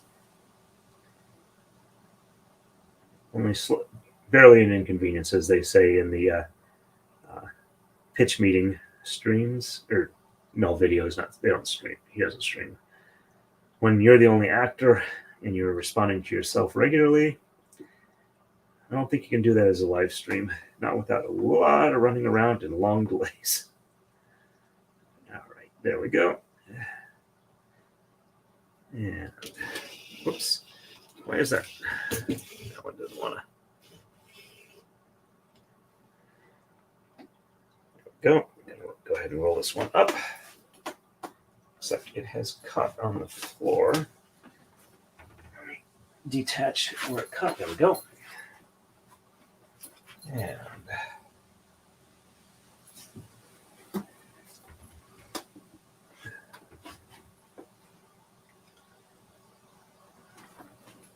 oops, let's even that picture up. And let's do the lark's head knot on this one. And this is the end of the double top. There we go.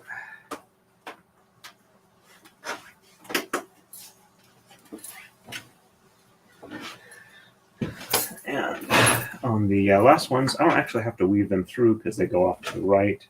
So they'll just hang free until the first braid move. All right, let's go ahead and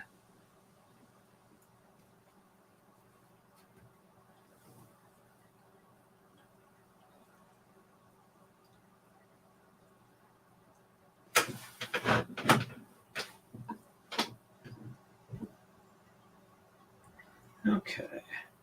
I'm assuming the don't bump your nose thing, take a tip from mine, is in reference to learning from the mistakes of others. I hope that is. If not, I don't get the reference. So I apologize for that if that's the case.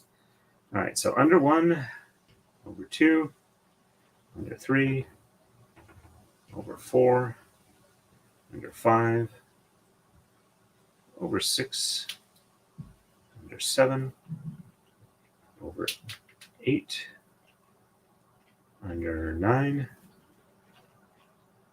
over 10, under 11, over 12, under 13, over 14, under 15, over 16, under 17, over 18, over 19, and over 20, and under 21. There we go. And I just realized I forgot that if I go from the front, it's not going to be even because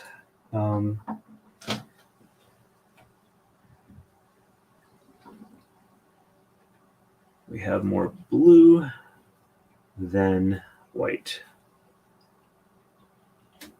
Yep, we have actually 2 more blue threads than we have white, because the edge of the blue is where the lock between the upper and lower levels happens, and it just happens in this particular design. It's the blue threads that do that. All right, or the lower ones. But you could theoretically do it for the upper. All right, so let's see. Let's go ahead and see if we can't snug these up a little bit. There we go. That's a little more consistent across there. All right. So let's reposition this to have the back end where it's supposed to be so I don't get confused while braiding. And all right, so everything on the left is, once I do this, is set up. So I am going to do a white single and then a blue single, and I will be ready to braid. All right. So since it's a blue single, or since it's a white single, because I just did blue and I didn't do white. Since it's a white single, I only need 6 threads. So I am going to take this here, release the binder clip, and 1, 2, 3, 4, 5. I take the 6 threads off of here. Let's separate it out. And I'll just go with those. Let me detach these entirely from the loop here. All right, so now I've got 6 threads. Yep, that looks correct. And all right, I'm just going to walk these 6 threads back. And I am going to tie them onto tama so that I can get the same length as the rest of them. But I don't have to mark a midway point, and I have to tie the other end to the same loop. All right, so I mean, theoretically I could like tape it or whatever and then get them both together and tie it as a single thing, but it's just doesn't make a whole lot of difference, and it's relatively easy to do it this way. It's kind of like I know it works this way. Well, another way might be a little more elegant at the end. I don't want to have a problem otherwise, something I'm not aware of that would cause a problem. So, all right, so that one is tied off there. Let's go ahead and just throw it around because I'm a butterfingers, but at least it landed on something soft rather than hitting the floor and making the usual clank that is so embarrassing. And lets my wife and roommate know that I screwed up on something. All right, so I don't have to do the halfway point. I just walk it back here, and I don't have to worry about the binder clip because I'm just going to roll them back up on their individual cones. And it's not going to be a problem, so I just snip it here, and then I walk back over here, pass it through this. So I've got 6 and 6, and when they combine up, I'll have 12, like the rest of them. All right, so, and move it from the tape so I have room to tie the knot on this end, and I can get a little bit of tension so I know nothing's going to move relative to the rest of it. And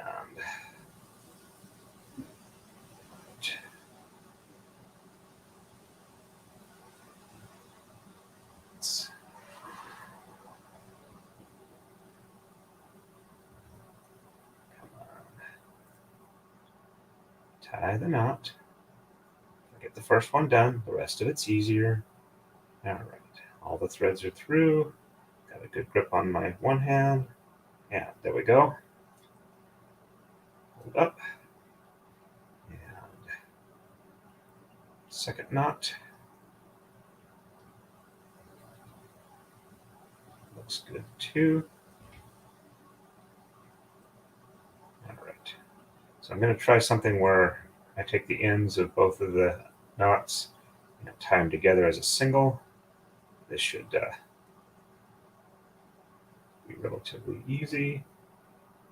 And yep, that worked. I'll keep them together so they don't slide relative to each other on the loop, the leader loop. And let's just go ahead and roll this up. And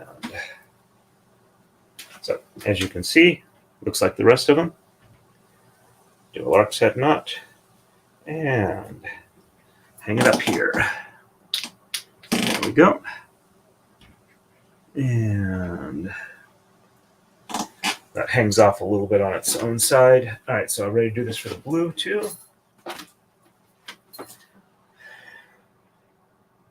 Okay.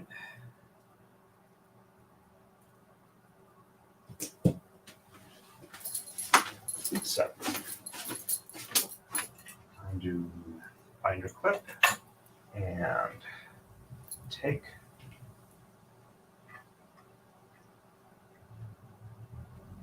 6 off and take the other 6. I'll just put it back through here.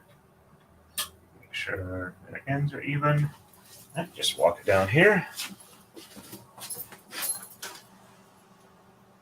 This is the last one for setup. All right. And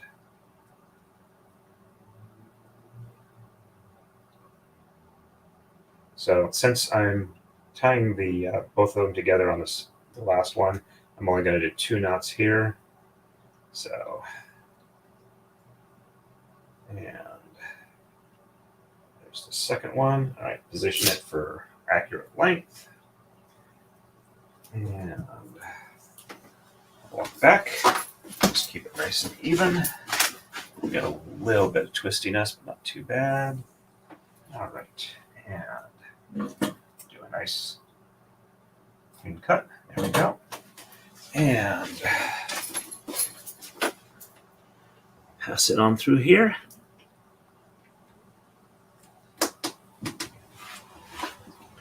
This isn't so much a sky blue, I think, as a silver blue with the reflectiveness it's got. All right, let's go. Nothing snagged on anything. And roll it just a little bit so it's easier to tie the knot off. Decent sized leer loop, so that makes this easier. And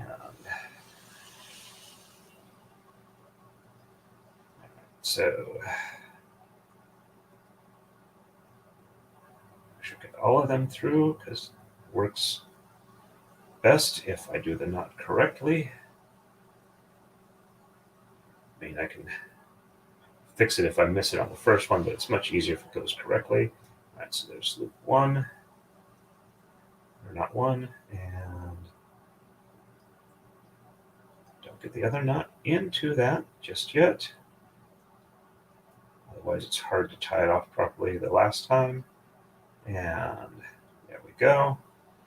Second knot is tied. Let's pull these even and get the ends all together for the final knot. All right, so they're good there. All right. Need a little bit extra from the other side because it's a little short. Go, pass it through, and there we go. Nice solid third knot. Let's go ahead and roll it up. So we're ready for the lark's head. It should be about here. Let's go ahead and there we go. We have 84 tama in place. All right, so have to be careful with the first side. Looks even tension there. Let me get a few things out of the way. I am going to unjoin the second camera while I reposition it, because otherwise it makes you a little motion sickness. Or let's see, there we go. And remove that. There we go. Alrighty.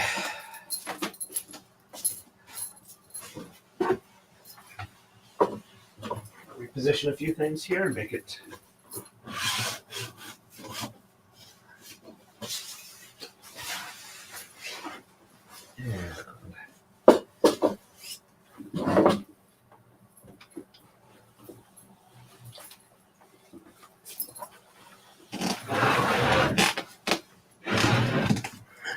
sorry if I'm bumping the camera.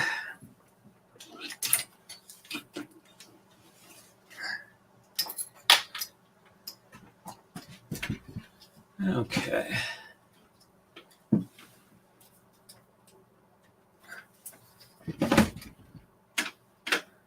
see. I think that needs to be a little further back. Okay, yep, you can see the rails there. And go there. All right, so I think I can add that back in now. All right. Let's move this a little. All right, I can move the keyboard out of the way now. All righty. And let's move this a little further forward. All right. Okay, let me catch up with the chat here real quick.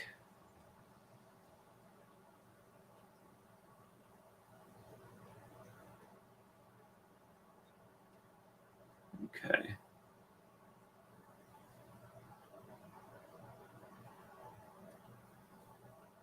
Yes, absolutely you can do that. Depending on how skillful you are with the knot tying, it may leave an obvious knot. I have had to tie a couple together, and I think they hid fairly well. Also, if they kind of like wind up in the middle between the two layers, they don't show at all. And usually, if you have to like tie it on and you have a very thick strand and you want to make it less obvious, what you can do is you can kind of cut each thread at a different length and tie them individually and kind of get the excess trimmed, and that hides it a lot better. So no worries, Cookie Steve. Nice to see you on. All right. Yes, I have hit 84, Tama. We are ready to start the braid. Thank you, Gwen. All right, so let me add the, let's see, is that the right one? Nope. Okay, this is the right one. Share this one. Go to full screen. Let's see. Hit F11 so it has more available. All right, and take off the show encoding. I don't want it horizontal. And go to play. All right, and roll this up. Okay. So why is it?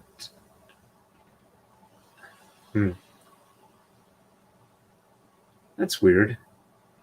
Same size braid on, I was able to get with the numbers there and still show everything. Let me.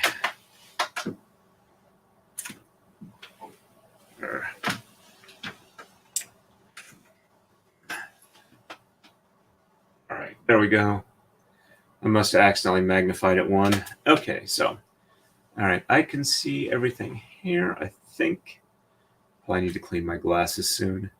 All right, so I'm going to do like 2 or 3 moves just to kind of get the braid to work better before I actually go into the pattern, because I want to get these edges incorporated in. All right, so where did I put the sword? Here, swordy, swordy, swordy. What a wonderful sharp beater. There it is. Let's have a little bit of caffeine. So, it took 2.5 hours when I was expecting 3. Definitely speeding up as time goes on. Sorry for whacking the camera. Okay. So, first move is the bottom layer. Second move is the top layer. All right, so 1, 2, 3, 4. 1, 2, 3, 4. 1, 2, 3, 4. Okay, so I'm not matched left to right, so I screwed that up. So 1. All right, so do I move them front or back? All right, so 1, 2, 3, 4. 1, 2, 3, 4. Okay. So this one goes here. Let's just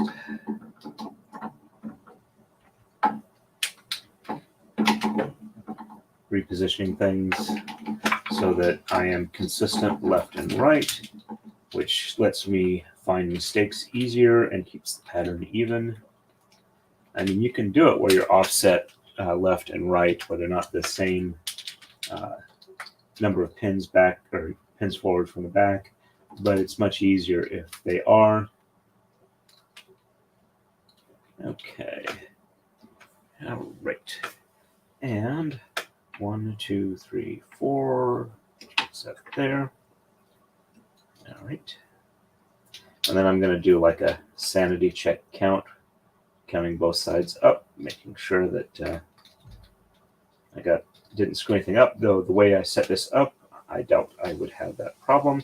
I don't think it's physically possible without some huge mistakes that I don't remember making, but my paranoid brain will feel much better once I've done that and verified that things are where they are supposed to be, and things look like they're supposed to look. Okay. And, all right. So 1, 2, 3, 4, 5, 6, 7, 8, 9, 10, 11, 12, 13, 14, 15, 16, 17, 18, 19, 20, and 21 up here. A couple of these need to be rolled a bit more, or I'm not going to be able to braid with it. So let me unroll those a little bit. All right, so I'm sure I'm good. The bottom has one more than the top on each side, and the right has one more than the left for each one. Because it's slightly asymmetrical, because you do the braid on the right, and the ones you move on the left, then make it a mirror image of what it was on the right, but is no longer anymore, and it moves back and forth. Okay.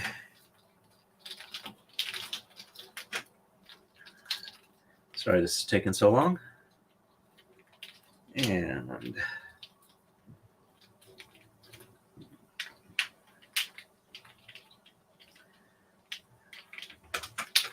all right, so 1, 2, 3, 4, 5, 6, 7, 8, and 9. Over the last 3 on the bottom, except for the last one, which will be the one that gets passed through. So over 3 of the last 4, and the last one passes through. And I'm going to unroll some of these too.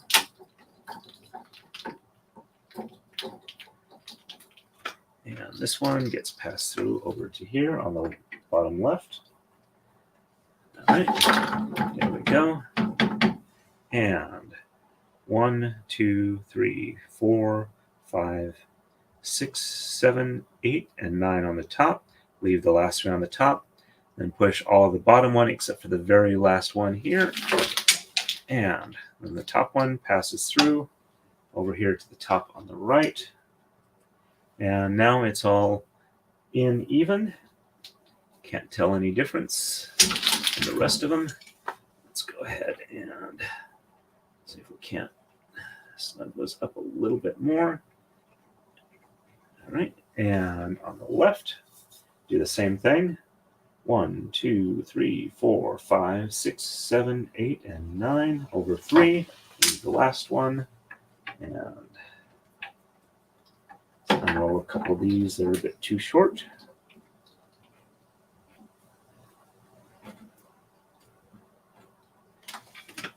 And that one doesn't want to unroll.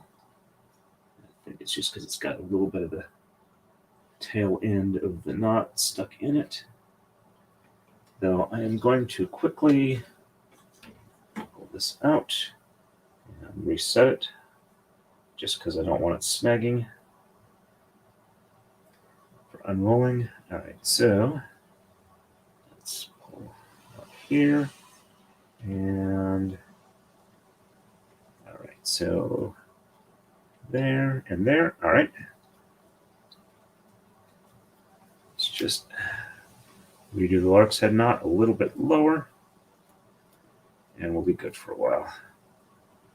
And yeah, sometimes it snags on the leader knot or the tail end of the, so it goes there. Right, so, and this one passes on through over to the right, and it doesn't want to unroll until you like loosen it up and let it slide past it. Okay. And 1, 2, 3, 4, 5, 6, 7, 8, and 9 on the top. Checksum is good for those that were asking about that. I think that was Darlene. Let's unroll some of these up here a bit more.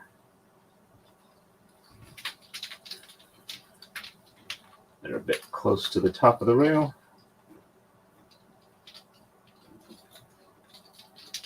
Okay, and take the top one, pass it around this last one on the bottom, and then over to the top on the other side. I'll do one more move on each, one more complete move of 4, and I'm going to roll this up a little bit more.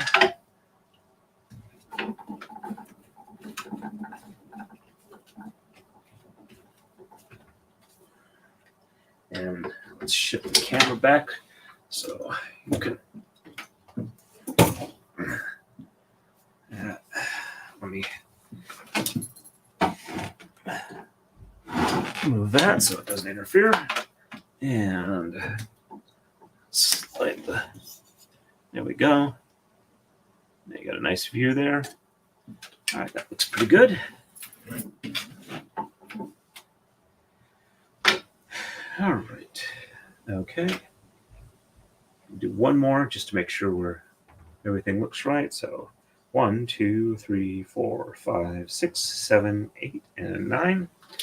Checksum is good, though these need a little more unrolling. Now that I'm doing the alternate setup, there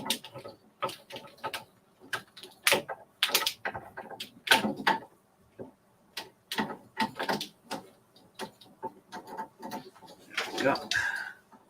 And now that one can pass through.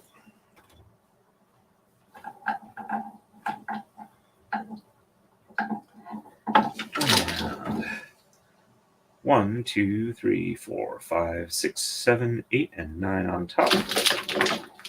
And the alternate set on here needs to be unrolled.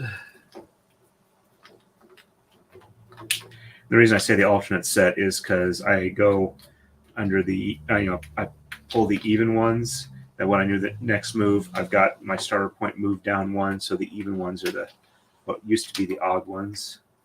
And all right, I'm getting closer.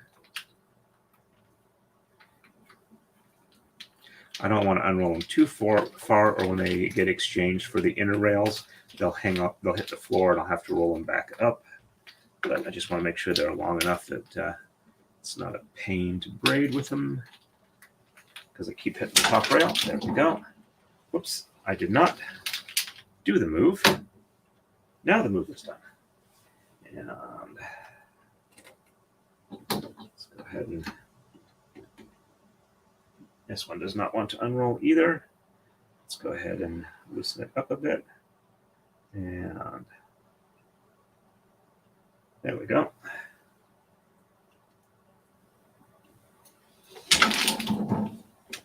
And on the left, 1, 2, 3, 4, 5, 6, 7, 8, and 9.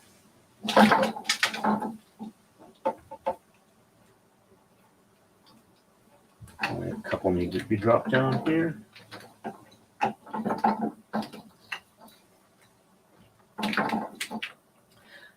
The inner ones I'm not worried quite so much when they're on the inner. They have to be rolled out for the outer rail. All right, so, and don't forget to pass that on through.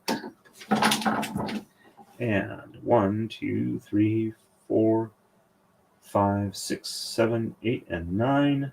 Checksum looks good for that. Oh, that one definitely needs to unroll a bit. I can't even open the shed all the way. Let's unroll these.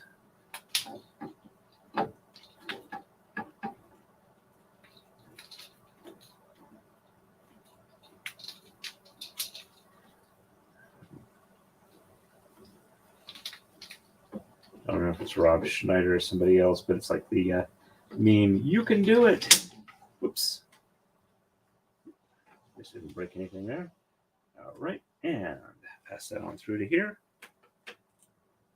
All right, we are ready to start in with the numbers. We are ready to start.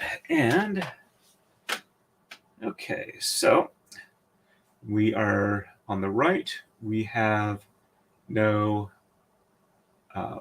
tom exchanges, no shed reversals. On the left, no tom exchanges and no shed reversals.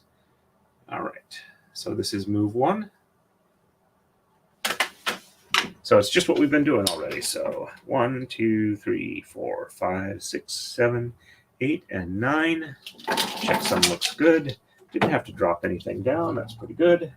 One that passes over because it goes from the front to the back. And 1, 2, 3, 4, 5, 6, 7, 8, and 9. Checksum is good. That one and another one needs to run roll a little bit. There we go. And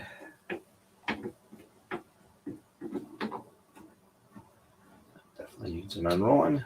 There we go. And on the left, 1, 2, 3, 4, 5, 6, 7, 8, and 9. Checksum is good. Since there's not such a strong color contrast, it's a little harder for me to see the lower level through the upper one. 1, 2, 3, 4, 5, 6, 7, 8, and 9.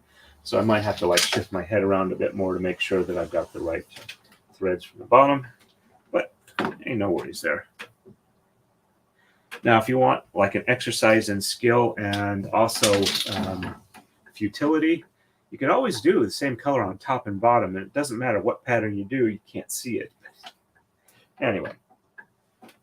All right, so we are ready for move 2.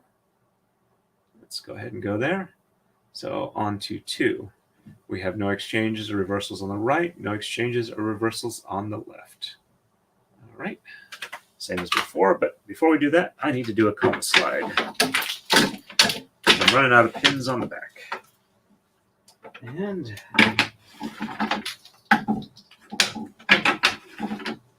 there we go. This will make it a little easier too. So 1, 2, 3, 4, 5, 6, 7, 8, and 9. Checksum is good. There we go. And 1, 2, 3, 4, 5, 6, 7, 8, and 9. Checksum is good. Pass that on through. That one needs definite unrolling on the end, which you'll have to do for a while until this gets a little more even. And on the left, 1, 2, 3, 4, 5, 6, 7, 8, and 9. Checksum is good. It feels really good to be braiding again. Admittedly, there wasn't a large gap since the last time. It's only been about a week, so I think I'm doing really good here. And 1, 2, 3, 4, 5, 6, 7, 8, and 9. Checksum is good. And passing this on through here.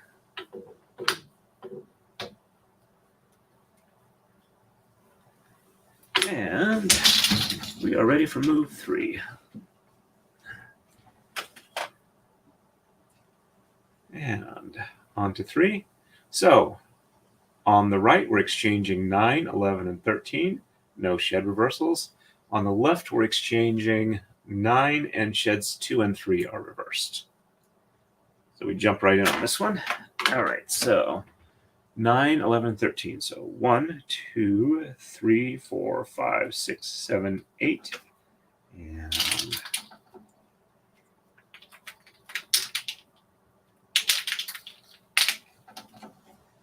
9, 10. That one definitely needs to be unrolled a bit more.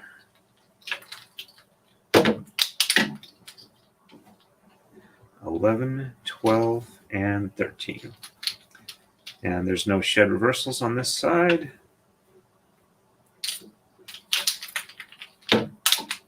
So 1, 2, 3, 4, 5, 6, 7, 8, and 9. Checksum is good.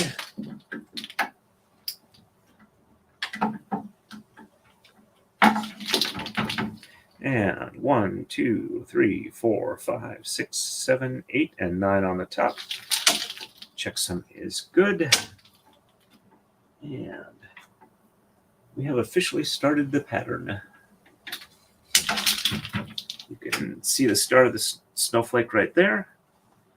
I'm going to turn the light down a bit more. It's looking a little color washed out. Let's see, do the other colors look better? No. All right, so blue is better for this one. Just needs to be less bright. Okay. And on the left, we are exchanging 9. So 1, 2, 3, 4, 5, 6, 7, 8. And 9 is exchanged. One of the things I have to be careful of is when I count the number, it's really easy to pull back the number I've counted and do the next one, which is wrong. Wrong. Wrongity, wrong, wrong, wrong. All right. So sheds 2 and 3 are reversed. So 1 on the bottom, and 2 and 3 on the top, and 4, 5, 6, 7, 8, and 9 on the bottom. Checksum looks good. Pass that on through to here. Unroll it a little bit more.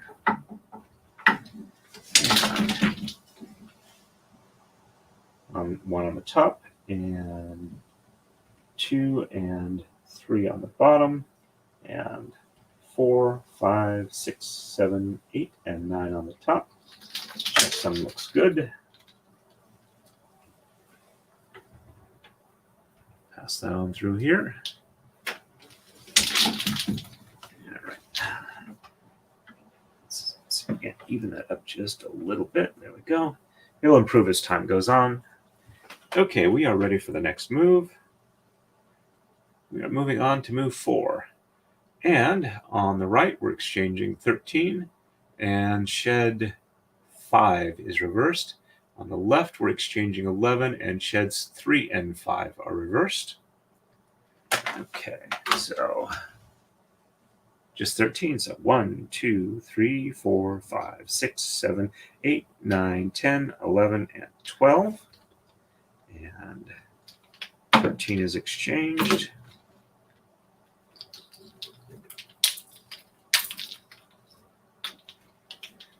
Unroll that just a bit more. And shed 5 is reversed. So 1, 2, 3, and 4 on the bottom, and 5 on the top, and 6, 7, 8, and 9 on the bottom. Checksum looks good from that. There we go.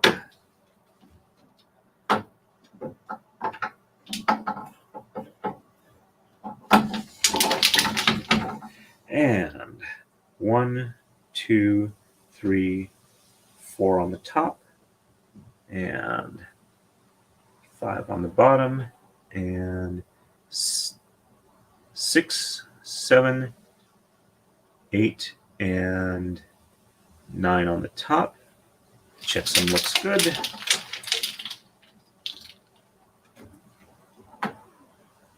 There we go. And braid's looking good there. All right. So on the left, we're exchanging 11. So 1, 2, 3, 4, 5, 6, 7, 8, 9, 10, and 11.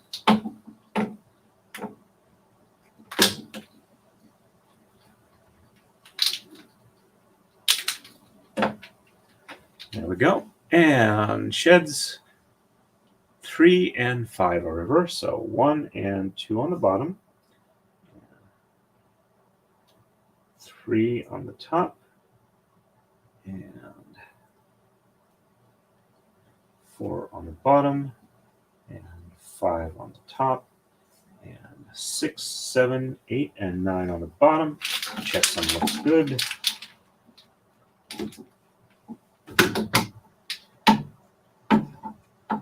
There we go. And 1 and 2 on the top, and 3 on the bottom, and 4 on the top, 5 on the bottom, and 6, 7, 8, and 9 on the top. Checksum looks good. There we go.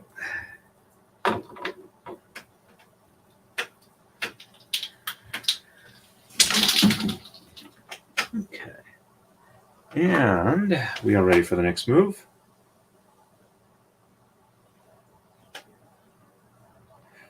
Thank you very much, S.N. Anders. Nice to see you on.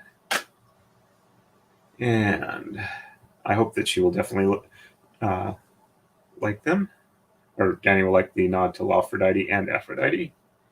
Or to Aphrodite for I'm a little more tired than I should be. Okay, so we are on to move 5. So on the right, we are going to exchange 11 and shed 6 is reversed. And on the left, we're going to exchange 5, 7, and 11 and shed 5 is reversed. Okay, and 1, 2, 3, 4, 5, 6, 7, 8, 9, 10. And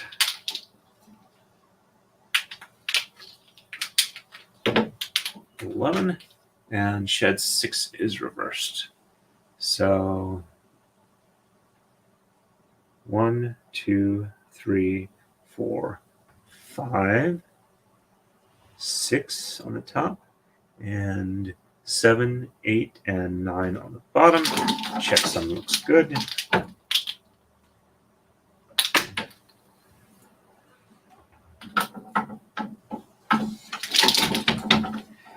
And 1, 2, 3, 4, 5 on the top, 6 on the bottom, and 7, 8, and 9 on the top. Checksum looks good. Hey, good morning, Marmar.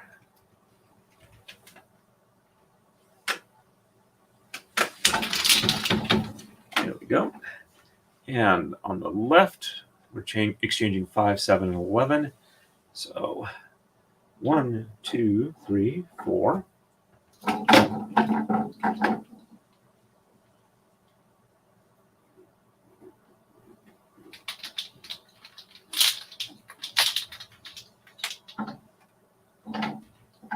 5, 6.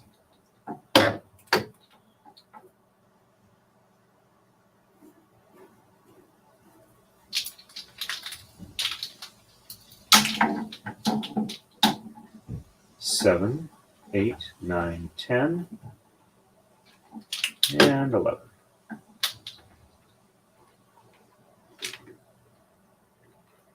There we go.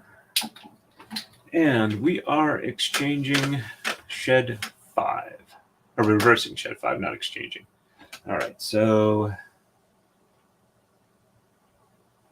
let's see.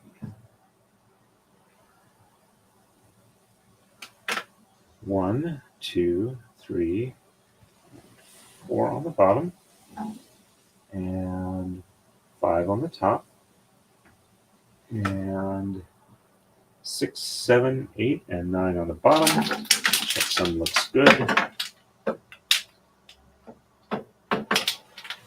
There we go. And 1, 2, 3, and 4 on the top, 5 on the bottom, and 6, 7, 8, and 9 on the top. Checksum is good. It's a little bit more of an unroll. Yeah, there we go.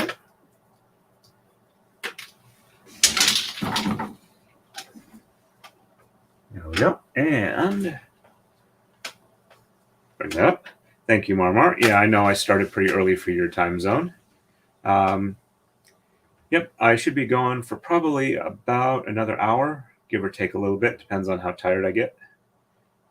I need to take my lovely wife out for lunch today.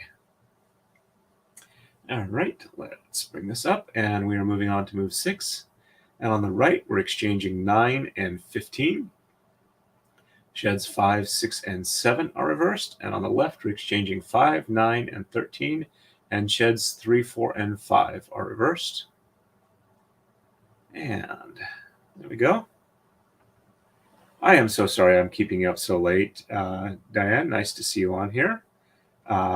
And yet you're into Sunday now, so hopefully it's not too much of a problem. Thank you for stopping in. This setup has been a heck of a lot faster. I think I spent a total of maybe 7.5 hours from setting the warping frame up to actually being able to start braiding, which is like less than half the time of the last one.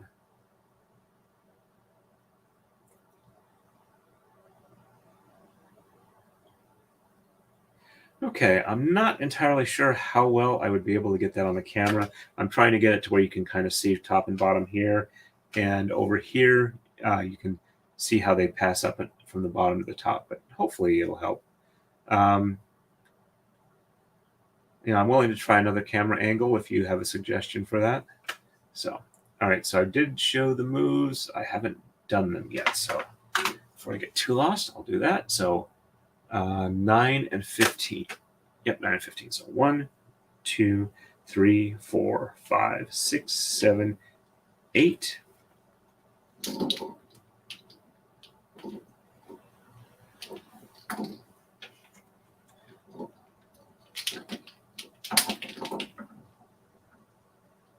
Come on, you can untangle. There we go.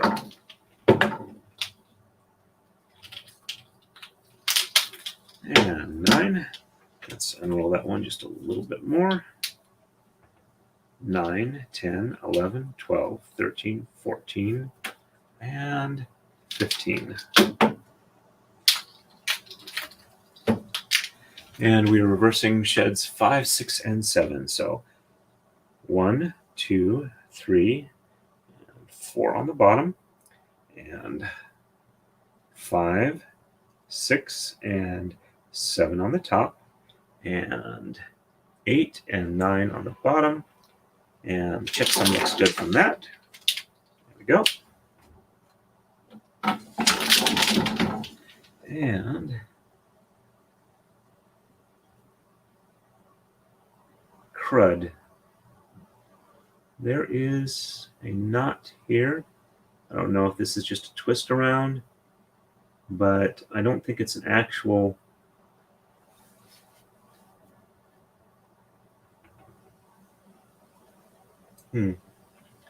Is that a knot? Let me see if I can fix this real quick.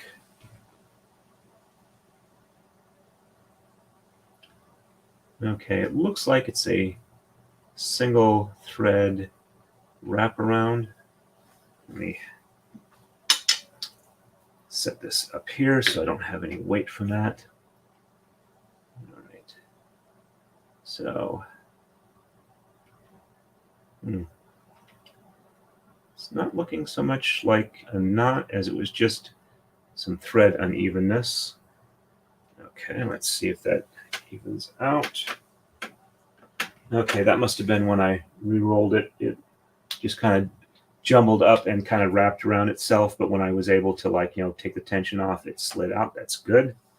All right, so 1, 2, 1, 2, 1, 2, 3. Okay, so I still need to do the top on the right. Okay, 5, 6, and 7 reverse. So 1,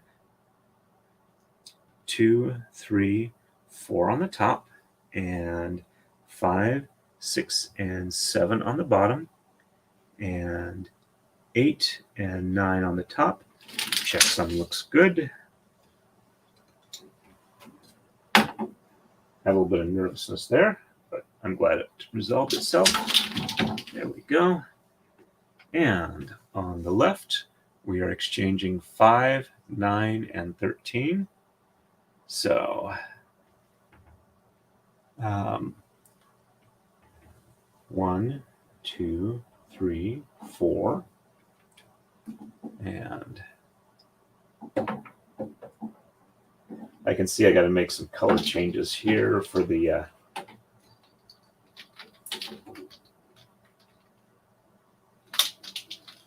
come on.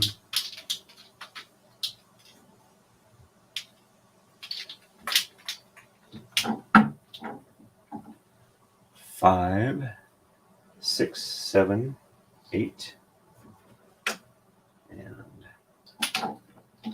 9.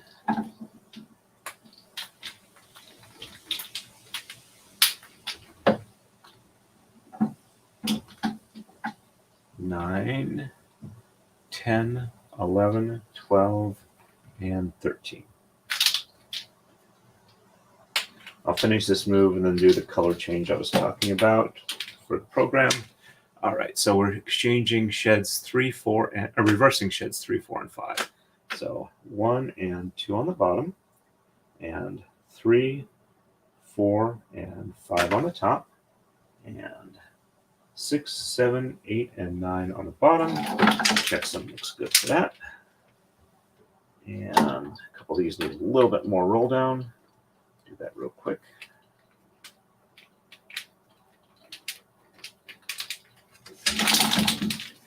And on the top, it is 1, 2, and did I do that wrong? 1 and 2, bottom, 3, 4, and 5 on the top. Looks like I didn't screw it up. Just going to confirm it real quick. And yep, that was good. Okay, so 1 and 2 on the top, and 3, 4, and 5 on the bottom, and 6, 7, 8, and 9 on the top. Checksum looks good for that. There we go. Nope, I grabbed the wrong one for top move. There we go. That's the top move. All right. And here we go. Let me... Okay. So, what I was saying that I was having an issue with, let me switch to settings. All right, so this is my pattern color regular, highlighted for when it's exchanging top to bottom. Background color, highlighted when it's exchanging top to bottom. And pattern border color, whatever. So pick up marker color. This is the one I need to change. So I am going to switch it to nice bright red. Yep, that's good enough. So this is going to stand out against the blue and white. So go back to play. All right, so now you can see where I'm doing color exchanges, or top and bottom exchanges, much clearer. All right, so let me transition this a bit. Okay, so just did move 6. I'm going to move on to move 7. Going to exchange 15 on the right, and sheds 6, 7, and 8 are reversed. On the left, we're exchanging 7, 9, and 11, and sheds 2, 4, and 7 are reversed. All right, let me catch up on the chat real quick here. I'll have to think about that. I can probably do something along those lines. Okay. All right.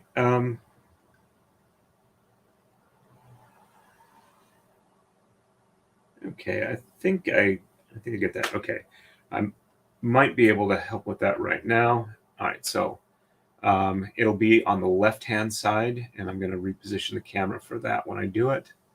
All right, so we're going to exchange 15 on the right. So 1, 2, 3, 4, 5, 6, 7, 8, 9, 10, 11, 12, 13, 14, and 15. There we go. And we're exchanging sheds 6, 7, or reversing sheds 6, 7, and 8.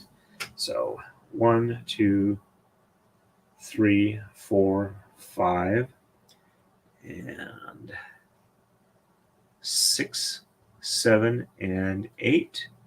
And on the bottom is 9. Checksum is good. There we go. And 1, 2, 3, 4, 5 on the top, and 6, 7, and 8 on the bottom, 9 on the top. Checksum is good. Okay, on the left, I'm going to exchange 7, 9, and 11. So 1, 2, 3, 4, 5, 6, and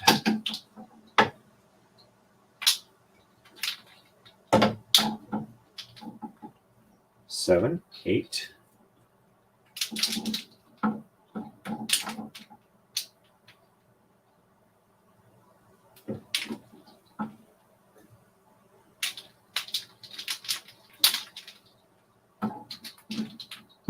Nine, 10, and 11.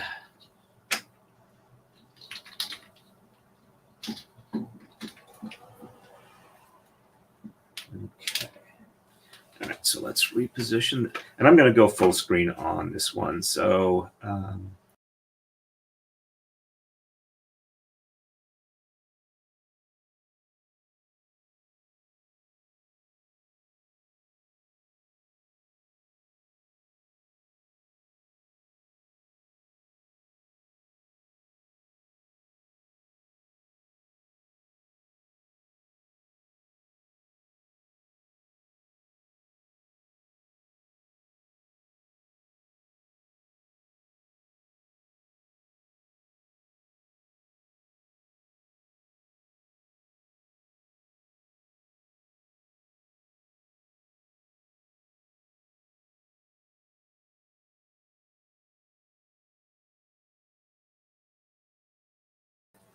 okay, sorry, that cut off the audio there. So let me try this. All right, that should work. You guys can still hear me now. Okay, so, all right, gonna.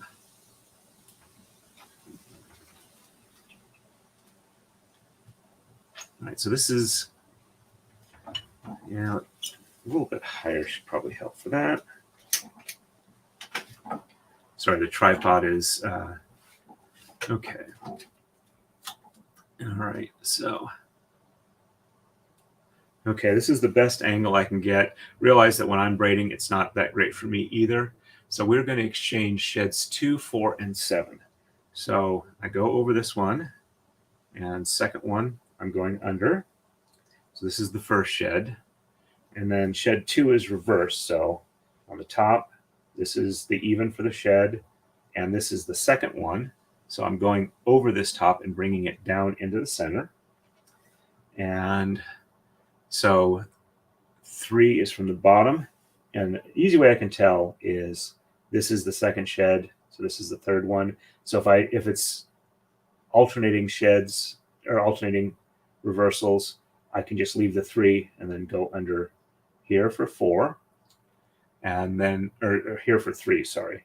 So we've got 1, let's see, 1 here is from the bottom, and it brought into the middle, and it's a little hard to see, but 2 is over here, it's brought into the middle from the top, and then 3 is brought in the middle from the bottom, and then 4 is going to be from the top because that's reverse 2.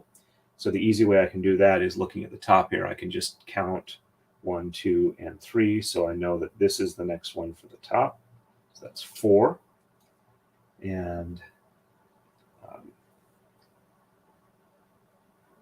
bottom will be 5 and 6.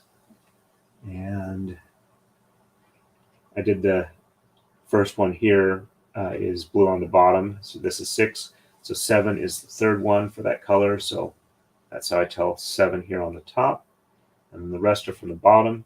So I count my 3 here that I went over, 8 and 9 on the bottom. Go over the last 3 here, except for the final one, I'm sorry. Go over the next 3, push that down, take this one up here, and pass it through over to the right.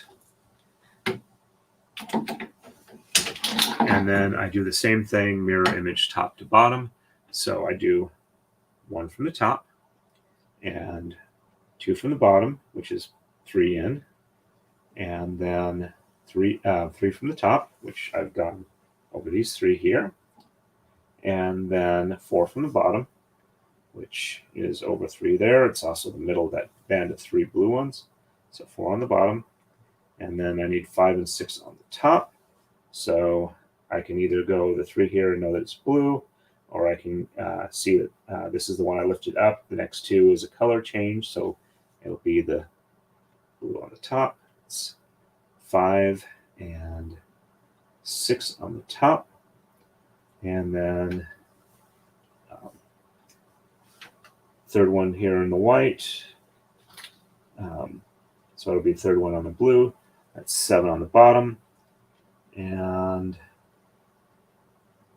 then this will be 8 and 9 on the top. 8 and 9. Leave the last 3 here. Push all of them except the last one down on the bottom. Lifts up here, passes on through, over the top on the right. And lift this back up and just kind of tap in so that it's nice and same tension as the rest of them. I hope that helps. I'm going to go ahead and put this back where it normally is for the next move. All right, and let's switch these back around. Move that over here. There we go. And hopefully that'll give you a better idea. All right, so we are ready for the next move, which is 8. I'm going to exchange 13 on the right. Shed 7 is reversed. On the left, we're exchanging 11 and 13, and sheds 3, 4, 6, and 7 are reversed. There we go. I'm really glad that was able to help you. Unfortunately, those camera angles are really not conducive to actually braiding.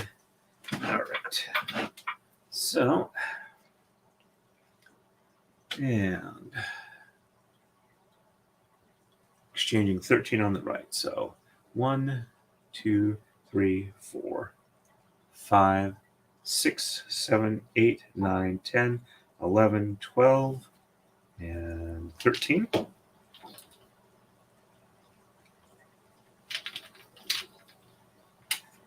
And just shed 7 is reversed. All right, so 1, 2, 3, 4, 5, and 6 on the bottom, and 7 on the top, and 8 and 9 on the bottom. Checksum is good. Pass that on through.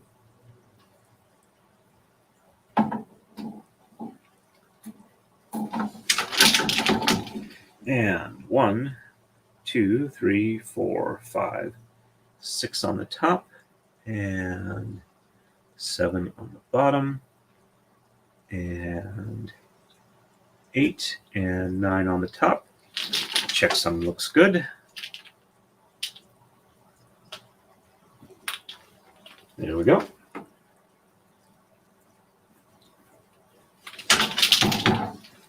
And on the left, that's looking like a nice pattern there now.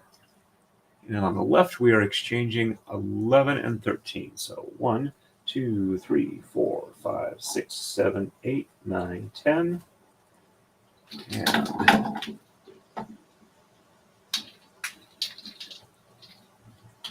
11, 12, and 13.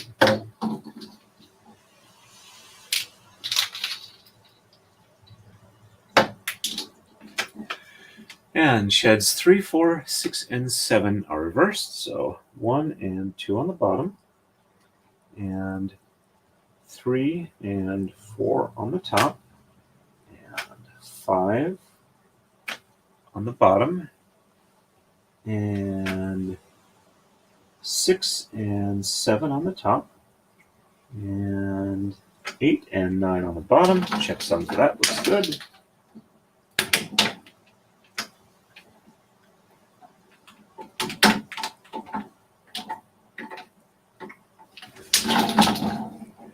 And on the top, it is 1 and 2. On the bottom, it is 3 and 4. On the top, it is 5. And on the bottom, it's 6 and 7. And on top is 8 and 9. Checksum is good.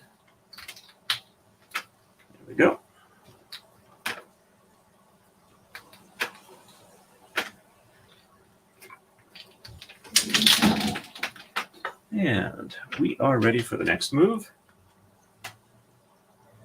Let me get this up. We're ready for move 9. We're going to exchange 13 and 19 on the right. Sheds 1 and 8 are reversed. On the left, we're exchanging 1, 9, and 13. Sheds 3, 6, and 8 are reversed. All right, and it's time for another coma slide. Before we get started.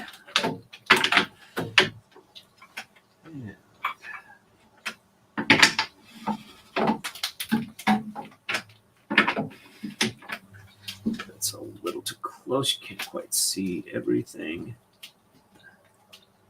I think that's closer to my usual view. All right.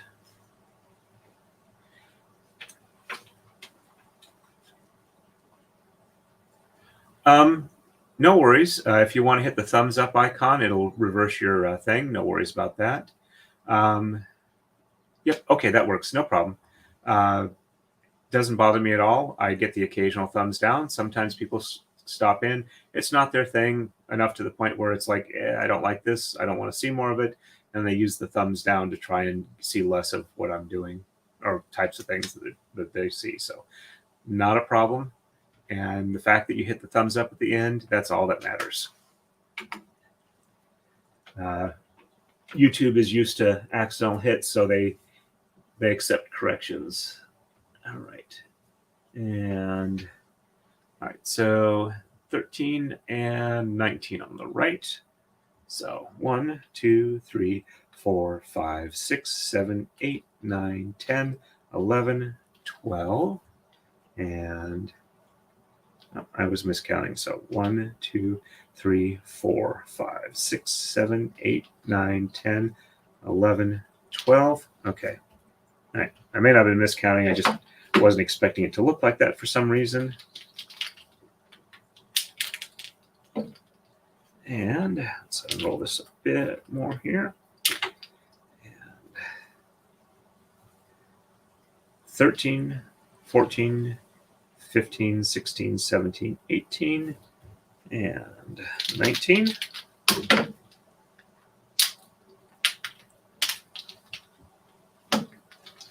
There we go. And sheds 1 and 8 are reversed. So 1 on the top and 2, 3, 4, 5, 6, and 7 on the bottom. And 8 on the top. And 9 on the bottom. Checksum looks good. When it's this far forward, the angles are a bit different, so I gotta be careful with that. And 1 on the bottom, and 2, 3, 4, 5, 6, and 7 on the top, and 8 on the bottom, and 9 on the top. Checksum is good.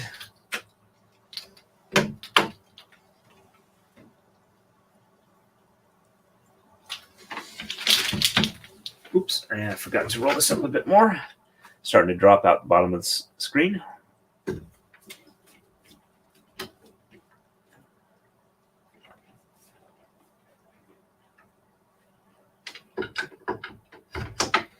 we go. Need to work a little bit on the evenness. All right, and on the left, we're exchanging 1, 9, and 13. So 1.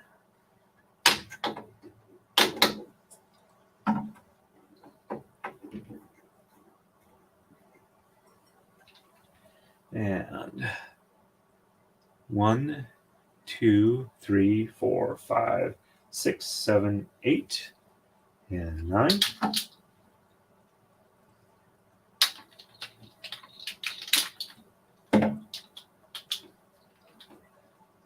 Nine, 10, 11, 12, and 13.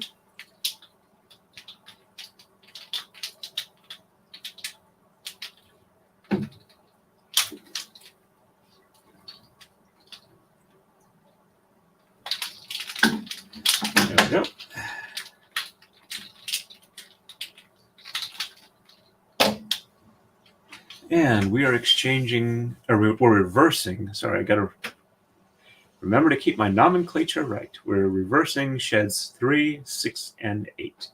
So 1 and 2 on the bottom, and 1, 2, 3 on the top, and 4 and 5 on the bottom, and 6 on the top, and 7 on the bottom, and 8 on the top, and 9 on the bottom. Checksum is good. There we go. Since this is a very different pattern, I got to make sure that my mind doesn't trick me into doing it on a previous one that I got really used to. So 3, 6, and 8 are reversed again, or from the top. So 1 and 2 on the top, and 3 on the bottom, and 4 and 5 on the top, and 6 on the bottom, and 7 on the top, and 8 on the bottom, and 9 on the top. Checksum is good. Pass that on through over here. Got a couple I need to unroll a bit. You have a good one, Gwen. Nice to see you on.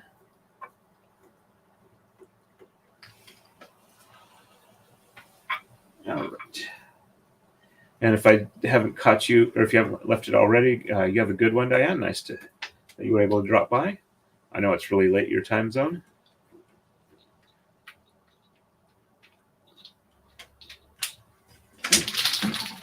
There we go. We're definitely looking like we got snowflakes. All right. And thank you. And thank you. Gwen, just so you know, I'm probably going to end this in about half an hour or so. Okay. All right. And we dropped down to about 12, so I guess other people are getting tired too as well. We're having to do things with their day. All right, so we're going on to move 10. And on the right, we're exchanging 17 and no shed reversals. On the left, we're doing 1, 9, and 11 exchanges, and sheds 5, 6, and 7 are reversed. Okay, so 17 is the only one exchange. So 1, 2, 3. Wait a minute.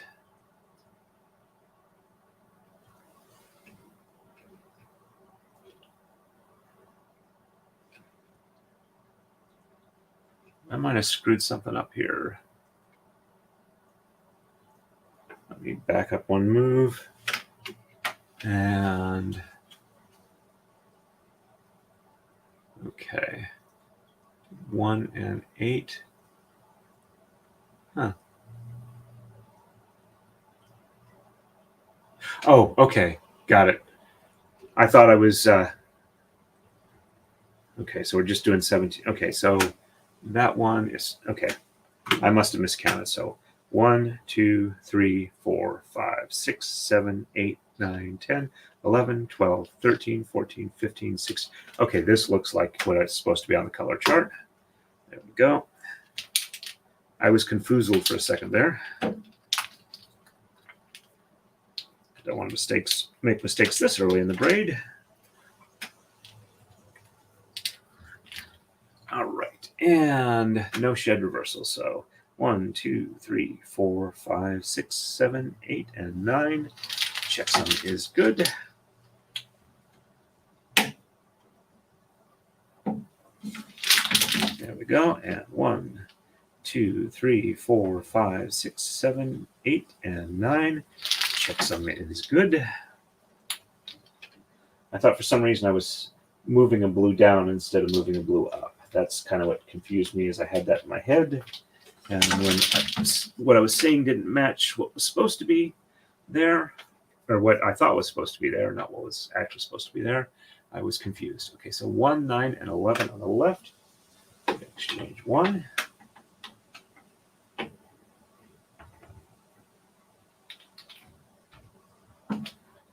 1, 2, 3, 4, 5, 6, 7, 8.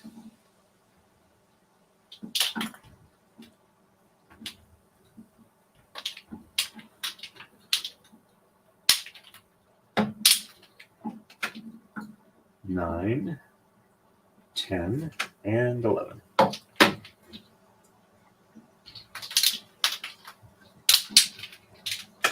And sheds 5, 6, and 7 are reversed. So 1, 2, 3, 4 on the bottom, and 5, 6, and 7 on the top, and 8 and 9 on the bottom. Checksum is good. And 1, 2, 3, 4 on the top, and 5, 6, and 7 on the bottom, and 8 and 9 on the top. Checksum is good. There we go.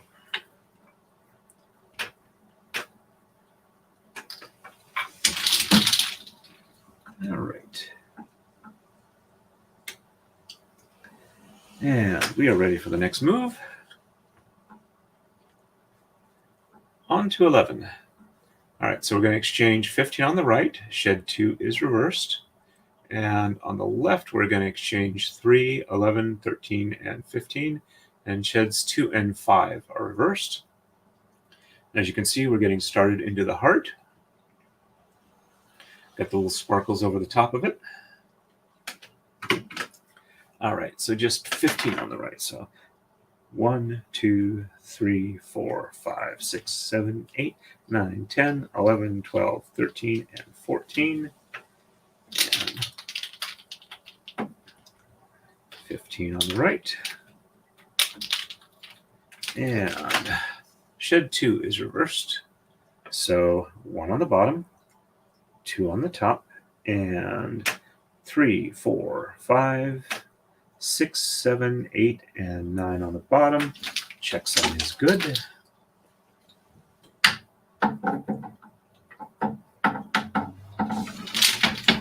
And 1 on the top, 2 on the bottom, and 3, 4, 5, 6, 7, 3, 4, 5, 6, 7, 8, and 9 on the top. Checksum is good. There we go. And on the left, 3, 11, 15, 13, 3, 11, 13, and 15. So 1, 2,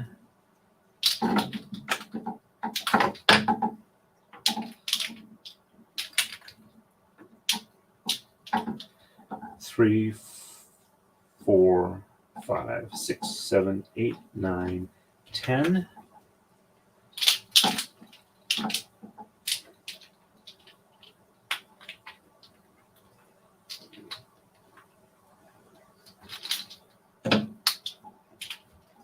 $11, $12,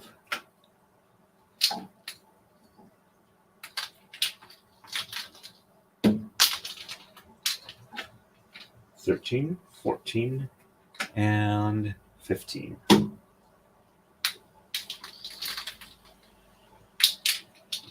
And sheds 2 and 5 are reversed, so 1 on the bottom, and 2 on the top, and 3 and 4 on the bottom, and 5 on the top, and 6, 7, 8, and 9 on the bottom. Checksum is good. There we go. And 1 on the bottom, 1 on the top, 2 on the bottom, and 3 and 4 on the top, and 5 on the bottom, and 6, 7, 8, and 9 on the top. Checksum looks good. There we go.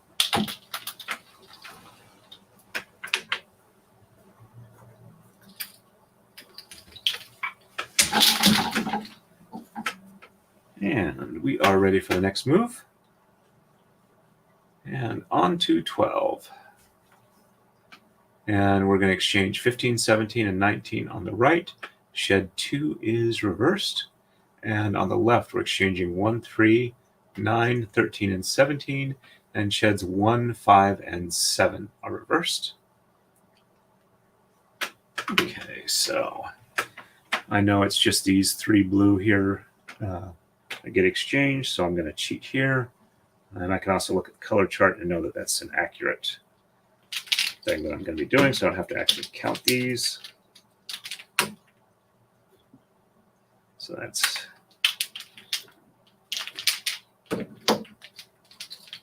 15,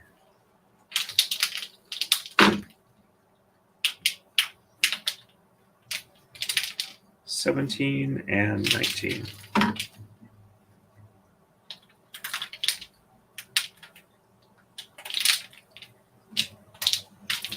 And shed 2 is reversed.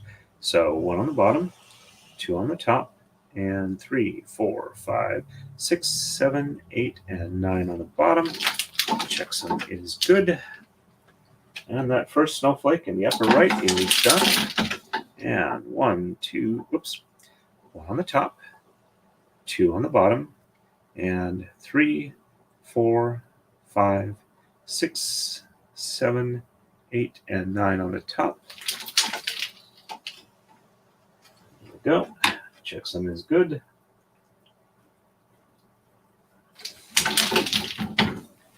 Okay.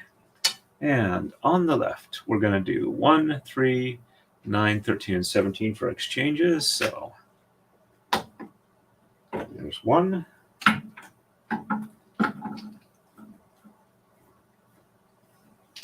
1, 2, and 3. So 3, 4, 5, 6, 7, 8.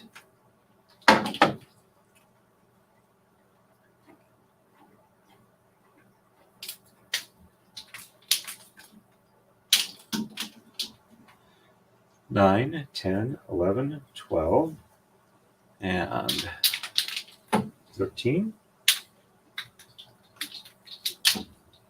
So 13, 14, 15, 16, and 17.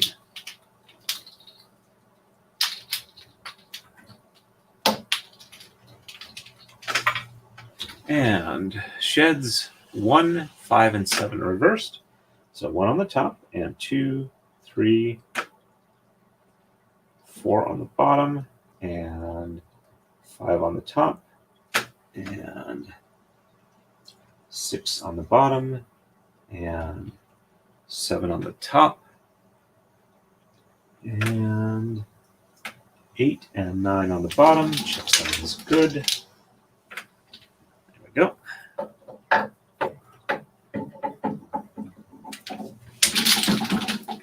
And 1 on the bottom, and 2, 3, and 4 on the top, and 5 on the bottom, and 1, 2, 3, 4 on the top, and 5 on the bottom, and 6 on the top, and 7 on the bottom, and 8 and 9 on the top. Checksum is good.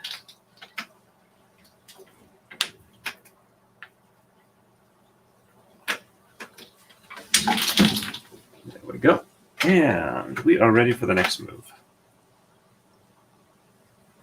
On to 13. On the right, we're going to exchange 1 and 7 and no shed reversals. And on the left, we're going to exchange 1, 3, 5, 11, 15, and 17. Sheds 1, 2, 7, and 8 are reversed. Okay. So 1 and 7 on the right.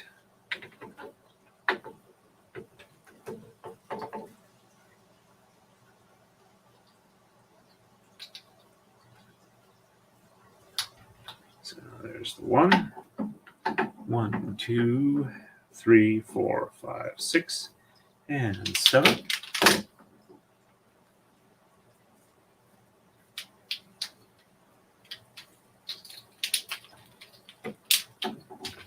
And no reversals, so 1, 2, 3, 4, 5, 6, 7, 8, and 9.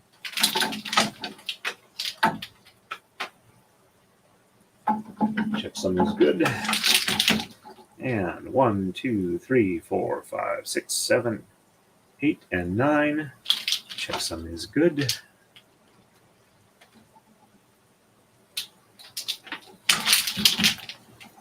There we go. And on the left, 1, 3, 5, 11, 15, and 17. So 1,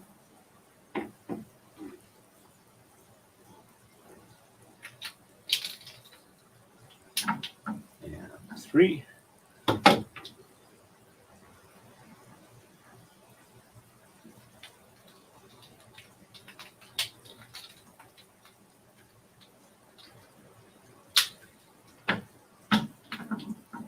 three, 4, and 5.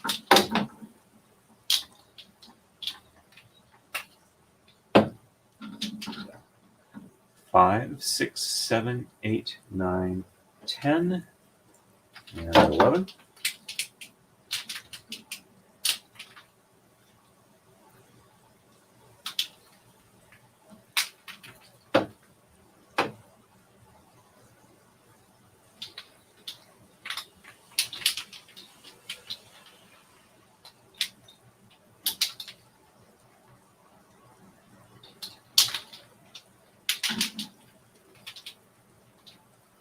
$11, $12, $13, $14, and $15, and $17.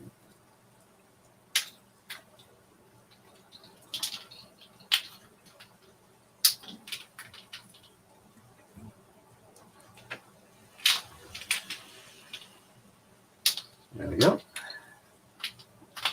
And sheds 1, 2, 7, and 8 are reversed. So 1 and 2 on the top, and 3, 4, 5, 6 on the bottom, and 7 and 8 on the top, and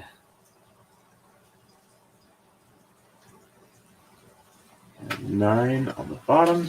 Checksum is good.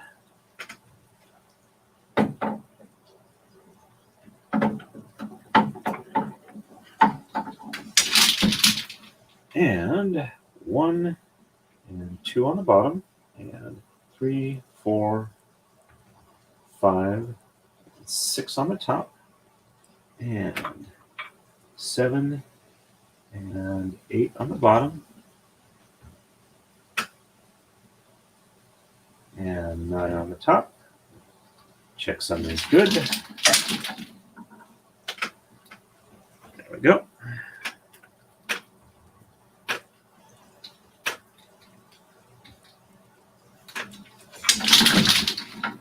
Alrighty, we are ready for the next move. And on to 14. Going to exchange 1, 3, and 5 on the right. Sheds 1 and 2 are reversed. Exchanging 1, 5, and 11 on the left. Sheds 1, 2, and 3 are reversed. There we go. And 1, 3, and 5 on the right. There's 1.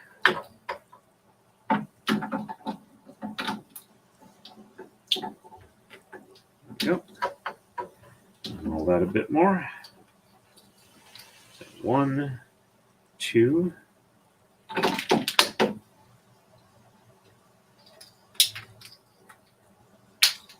There's 3.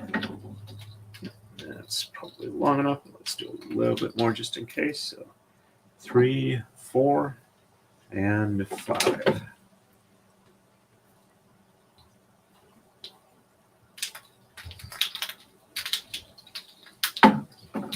And sheds 1 and 2 are reversed, so 1 and 2 on the top, and 3, 4, 5, 6, 7, 8, and 9 on the bottom. Checksum is good. And 1 and 2 on the bottom, and 3, 4, 5, 6, 7, 8, and 9 on the top. Checksum is good.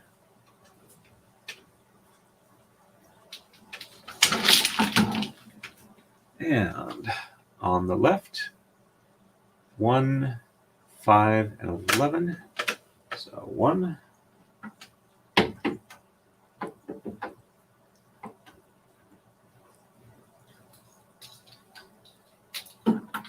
1, 2, 3, 4.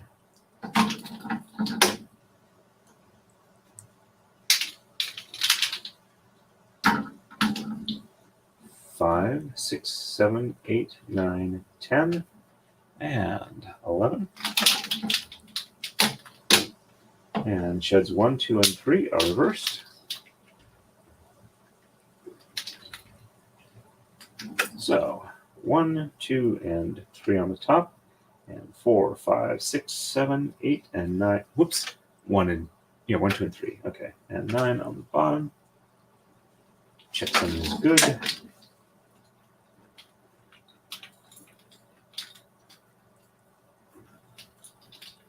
And roll a couple of these.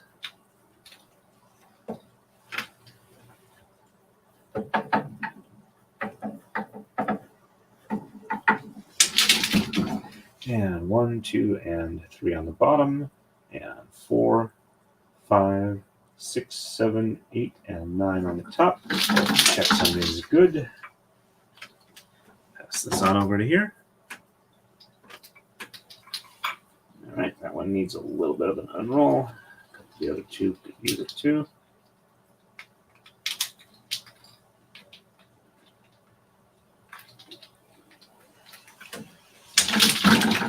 There we go. And we are ready for the next move. On to 15. And we're going to exchange 1, 3, or 1, 5, 7, and 9 on the right. Sheds 1, 2, 3, and 4 are reversed. On the left, we're exchanging 1 and 13, and sheds 1, 2, and 3 are reversed. All right, so exchanging 1. Definitely needs an unroll. There we go.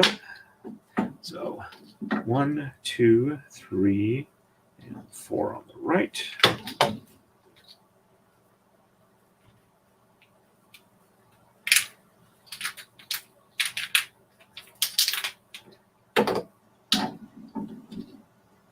And 5, 6.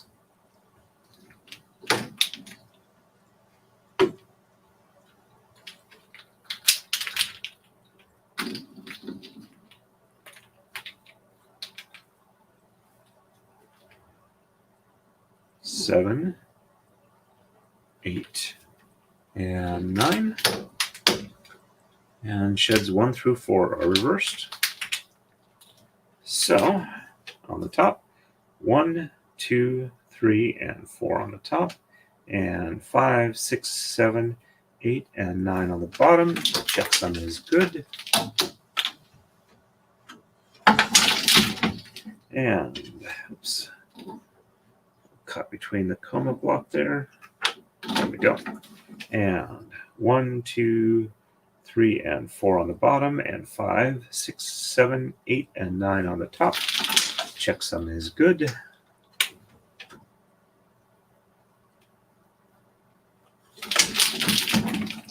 And on the left, 1 and 13 are exchanged. So there's 1.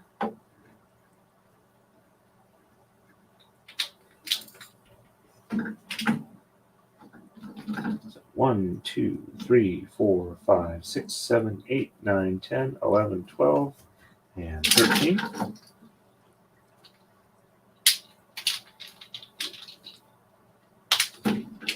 And sheds 1, 2, and 3 are reversed. So 1, 2, and 3 on the top, and 4, 5, 6, 7, 8, and 9 on the bottom. Checksum is good.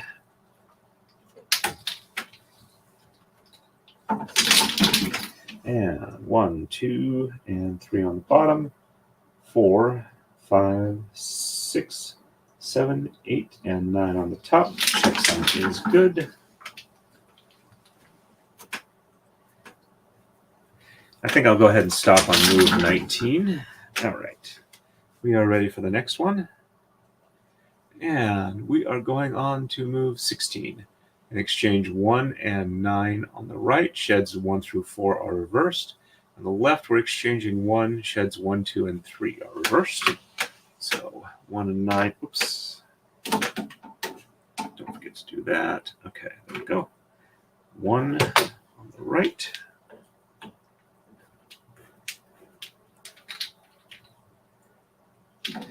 One, 2, 3, 4, 5, 6, 7, 8, and 9.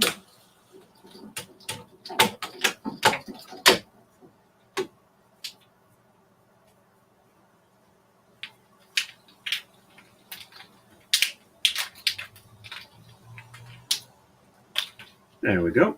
And sheds 1 through 4 are reversed. So 1, 2, 3, and 4 on the top. And 5, 6, 7, 8, and 9 on the bottom. Checksum is good.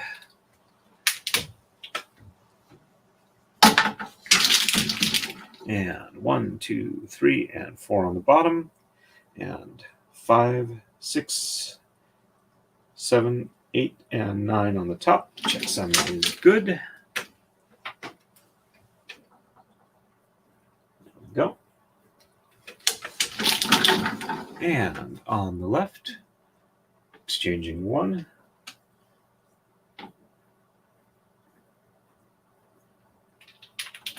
And sheds 1, 2, and 3 are reversed. So 1, 2, and 3 on the top. And 4, 5, 6, 7, 8, and 9 on the bottom. Checksum is good.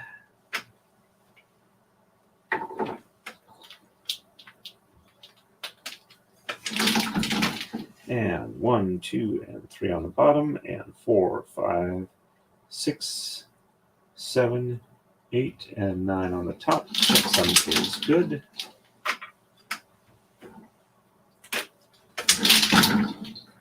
And ready for the next move.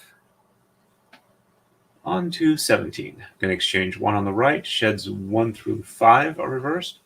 And we're exchanging 3, 5, 7, and 9 on the left. Sheds 5 and 6 are reversed. There we go. So just exchanging 1 on the right. There we go. And sheds 1 through 5 are reversed. So 1, 2, 3, 4, and 5 on the top. And 6, 7, 8, and 9 on the bottom. Checksum is good. And 1, 2, 3, 4, and 5 on the bottom. 6, 7, 8, and 9 on the top. Checksum is good. There we go. And on the left, we're exchanging 3, 5, 7, and 9. So 1, 2,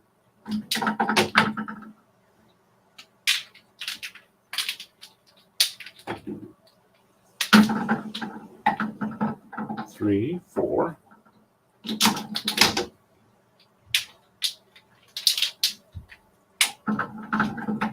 5, 6,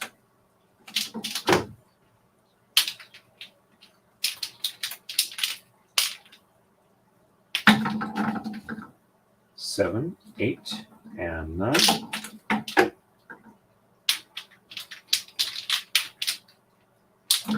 And sheds 5 and 6 are reversed. So 1, 2, 3, and 4 on the bottom.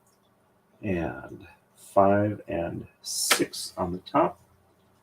And 7, 8, and 9 on the bottom. Checksum is good. Oops, that one got snagged up with some other comma. There we go. That's hanging free now. And 1, 2, 3, and 4 on the top. And 5 and 6 on the bottom. And 7, 8, and 9 on the top. There we go. Snagged part of another one, so I had to redo that.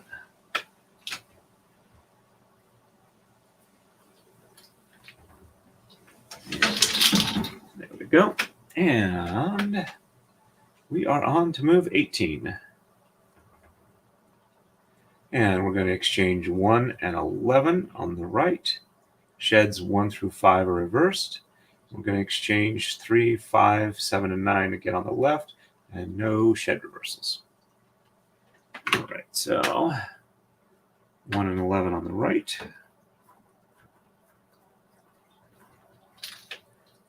So 1, 2, 3, 4, 5, 6, 7, 8, 9, 10, and 11. And sheds 1 through 5 are reversed. So 1, 2, 3, 4, and 5 on the top, and 6, 7, 8, and 9 on the bottom. Checksum is good. And 1, 2, 3, 4, and 5 on the bottom. 6, 7, 8, and 9 on the top. Checksum is good.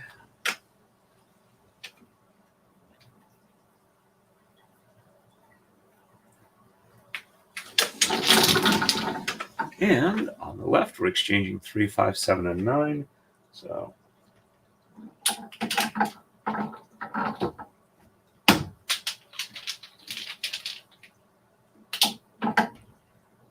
3, 4.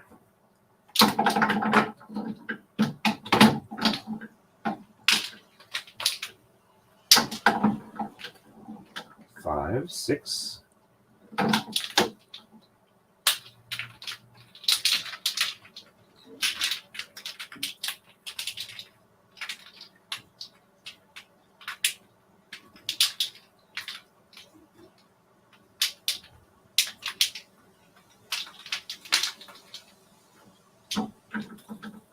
7, 8, and 9.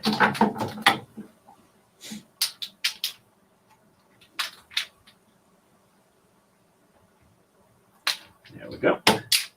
And no shed reversal. So 1, 2, 3, 4, 5, 6, 7, 8, and 9. Checksum looks good.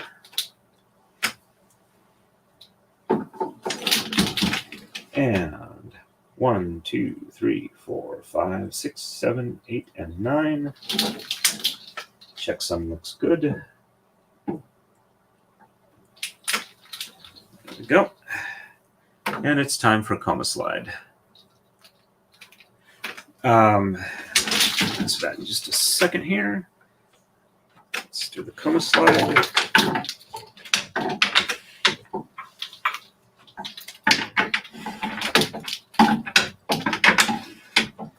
And this is, all right, this is going to be the fun part. I'm going to try and jump the braid over here so the D-ring doesn't make things horrible. And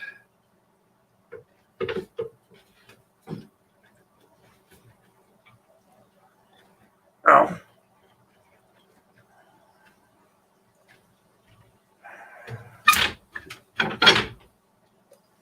That hurt. Let's loop this around the other way so that the opening part is not facing the wood down. All right, so there we go. All right, even it up between the sides. And let's try this again with the jump over. And there we go.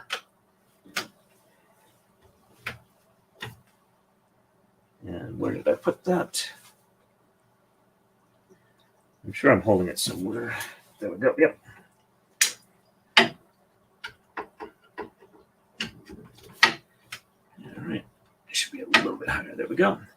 All right. And let's even that up a little bit. And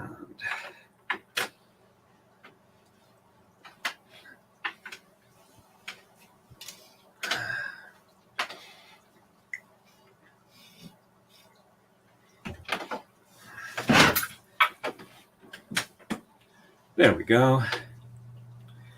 That was a bit more work than I wanted to do. All right, so we are ready for the next move. And let me answer this real quick. No, this is going to be a consistent pattern. If you want to hold on just a second, I will show you what the it actually looks like. All right, so I'm going on the next move. But what I will do real quick is I will go to, all right, so we are on 18. I'm moving to 19, just so I remember which one it is, 19. Go to edit. I'm going to do it horizontal. All right, so this is her pattern, and this is going to repeat this way. So we got snowflakes. We got a heart key here. We got a couple more snowflakes, and we got a cross with an open center, and we have 2 more snowflakes, and then the sword in the heart shield here, and then we repeat the pattern. All right, so let me switch back to play. We are on 19, and all right, so you can see everything. There we go. All right, so 19 on the right, we are going to do exchange 1, 5, 7, 9, 11, 13, and 15. Shed 1 is reversed. And on the left, we're doing no exchanges, and shed 6 is reversed. All right. Thank you very much, SN Enders. It's very kind of you. All right. So, on the right, we are exchanging 1.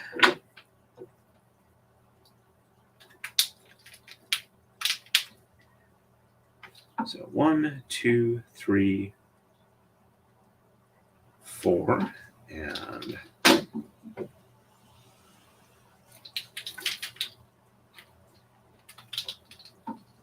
5 and 6.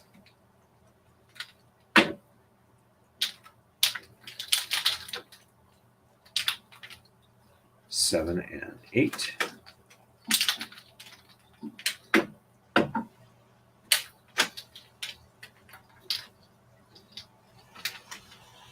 9 and 10.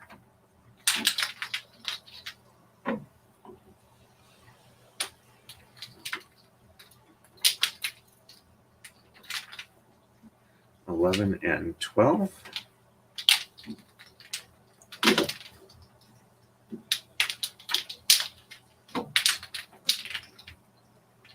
13, 14, and 15.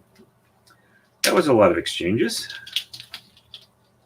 And shed 1 is reversed, so 1 on the top, and 2, 3, 4, 5, 6, 7, 8, and 9 on the bottom. Checksum is good. Whoops, sorry.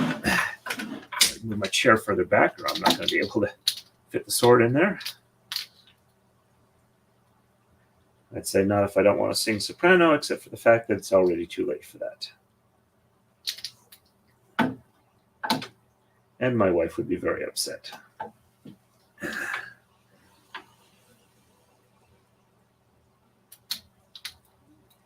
And there we go.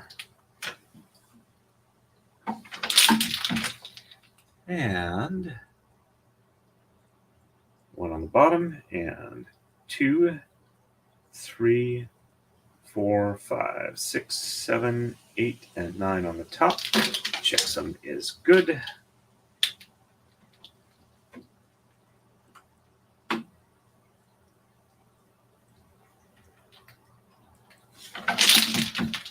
And on the left, no exchanges, and shed 6 is reversed. So 1, 2, 3, 4, 5 on the bottom. So 1, 2, 3, 4, 5, and 6 on the top. So 1, 2, 3. Okay, 6 on the top and 7, 8, and 9 on the bottom. Checksum is good. There we go. And on the left, we're doing the top. So 1, 2, 3, 4, 5 on the top. 1, 2, 3, 4, 5, and 6 on the bottom. And 7, 8, and 9 on the top. Checksum is good. All right, so for the next stream, we're going to start on move 20. And you can see the heart of the heart key. And all righty, let's see, let me move this back a little bit. There we go, a little better view on it. So we have the 2 snowflakes and the heart key with the sparkles around it. All right, so thank you very much, everybody who came on. This setup stream turned into an actual braiding stream. I need to find a better connector than that D-ring I've got. It's about 1:15 my time, so it's about time to take my wife out for a nice dinner. Our anniversary was like last Monday, and we didn't really get to go out, so this is a chance to go out and have some nice together time. So, all right. I think anybody has any questions they have. If not, I will go ahead and get ready to shut down. And I just realized I have been ignoring Rumble horribly. Let me see if anybody was chatting there. It does not look like anybody was chatting there. We've got about 4 people still watching there, though. So I apologize for that, Rumbleites. But looks like we are doing good over there. Live feed looks good. No issues. All right. So let me... Okay, I'm on StreamYard still. All right. Thank you very much. Thank you. And thank you. I'm going to do my best for today. All righty. So, as always, everybody, stay safe and happy braiding. Oops. Just forgot something. I was going to show you the next move because I've been doing that. All right, so move 20. We're going to exchange 1, 5, 7, 9, and 11 on the right. Shed 1 is reversed. No exchanges on the left. No shed reversals. There we go. And back to here. Now it is stay safe and happy braiding, everybody.